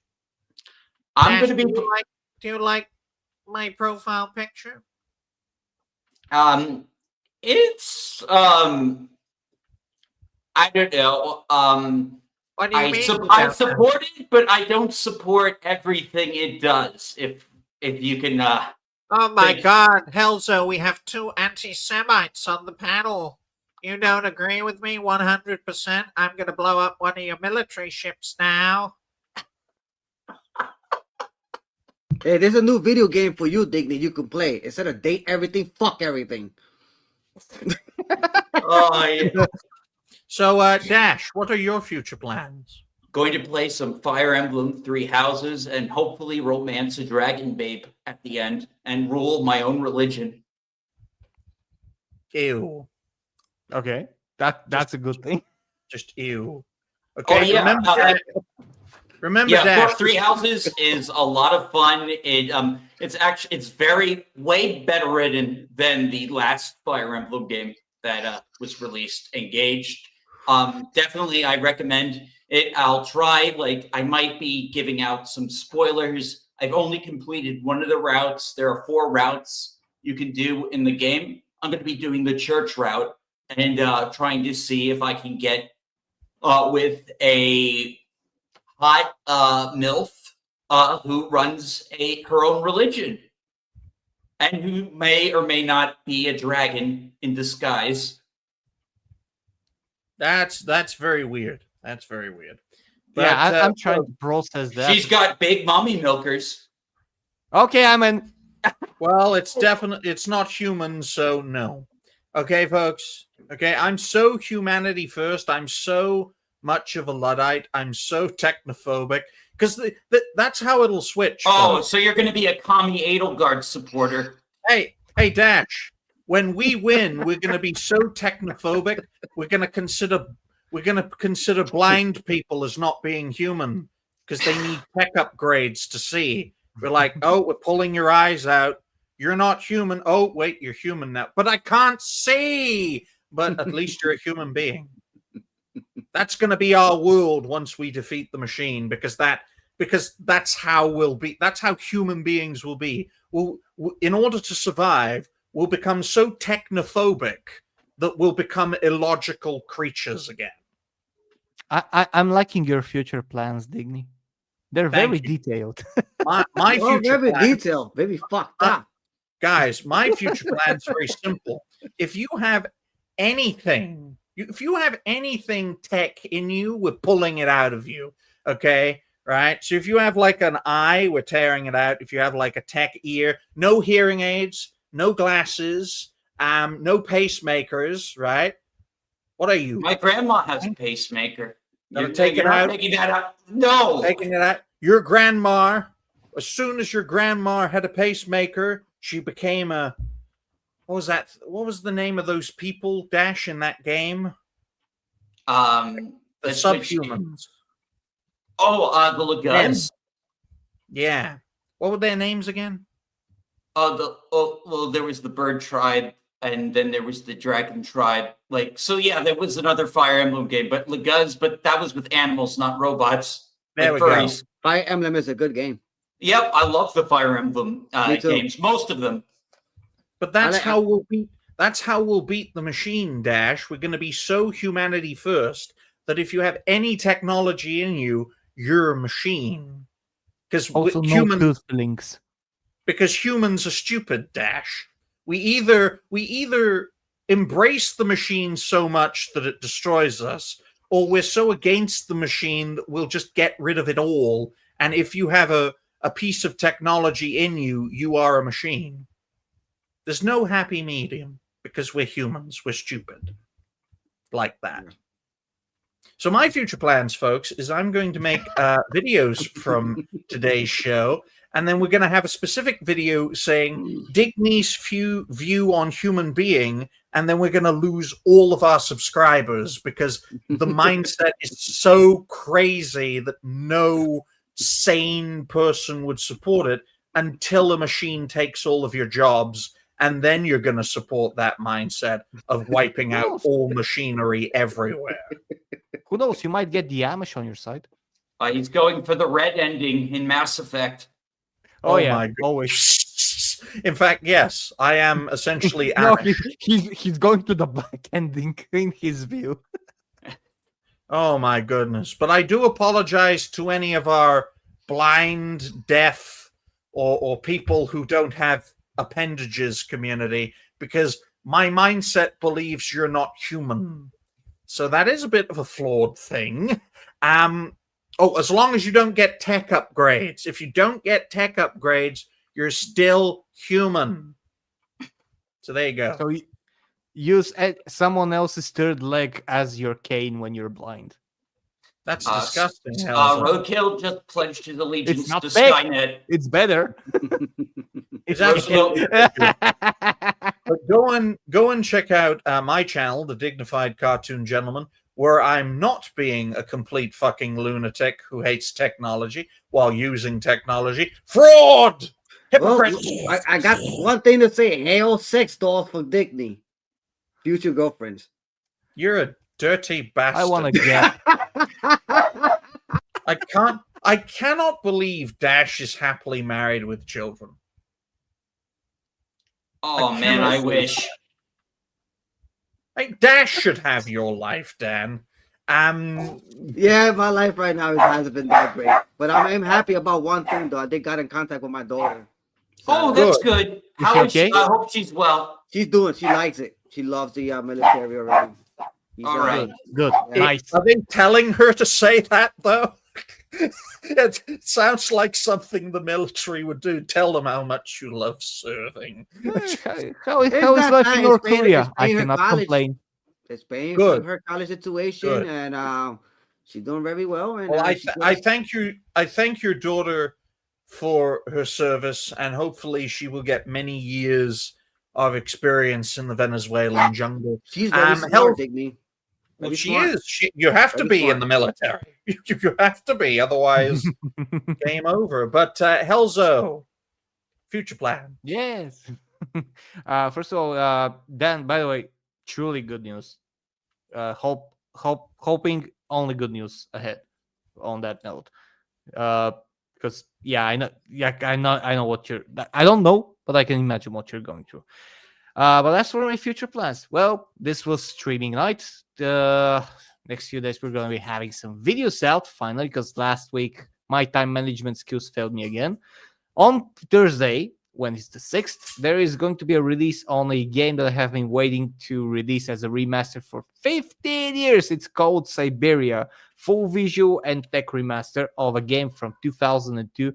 I highly urge anyone who is into quest games, who is into steampunk, clockpunk stuff, to check it out. And after that, I'm gonna be streaming, gonna be preparing for a live show with my band, and pretty much Stop that's it. Stop it.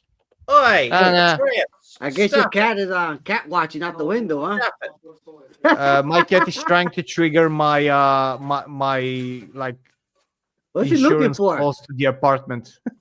But is he window shopping? So he's doing his window shopping.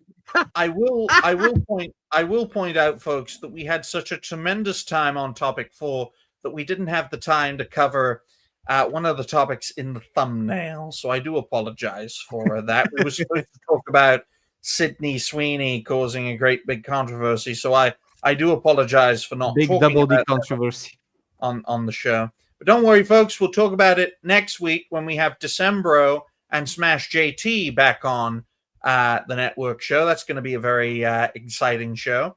And I think it's a show that suddenly everyone will be able to make, which isn't suspicious at all. But I can make it. My job sucks. Oh, yeah. Hey, right. tell Smash I want him on my Friday show at some point. Okay, Dash, I'll tell a guy that you want him. Okay, I'll tell him. Yeah. It's gonna be true. That didn't sound right. Deliberately so. But we appreciate everyone's support as part of this network, folks. Hopefully, we'll keep on going and keep on growing, despite the fact that I think that if you get rid of a finger and replace it with a machine one, you're not human anymore. Yes, I know it's a weird quirk, but here we are. You're not just what you think. You are also who you are. Yeah, when are you going to be streaming Detroit? Because I'm wondering how you're going to play that game with that kind of mindset. You can. I think you can imagine how he's gonna play. Well, that the machine is not human. It's as simple as that.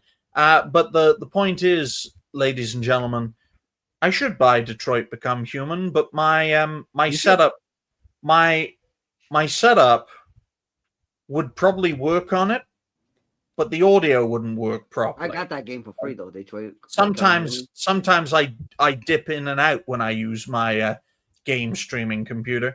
But yeah, essentially, Dash, clankers are not people, and people are not clankers. And if you have a bit of a clank on your person, well, you're not a person anymore. You're a clanker. It's like the 1% rule, right? a lot of clankers in this world. Then Yeah, it's like the 1% rule, Dash. Light, bright, sure ain't white. If you have just a tiny piece of machine in you, guess what? You're a clanker. Clankers.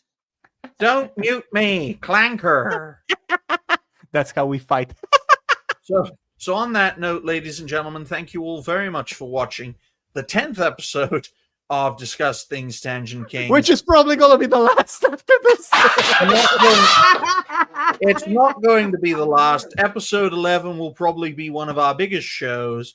We've renewed this show for another 5 episodes, but unfortunately, you're probably all going to hate me because I don't consider most of you to be human. So, which is ironic considering I'm not human. I'm a fucking cartoon. I believe in Asari supremacy, and I would like Asari to invade Earth. So I don't fucking care. Well, the But great thank you very thing much. about Asari is they can breed with blacks and they only make Asari. So that's one way to get rid of them. Bye for now, everyone. Black Sarah. Bye. Thank you very much. Cheers. Oi. Oi. And thank you to Nobody and Roadkill for the donation and memberships. We're not forgetting you. Thank you very much. Cheers and stay fresh. Bye. Hey, roadkill, taco time, roadkill, taco time.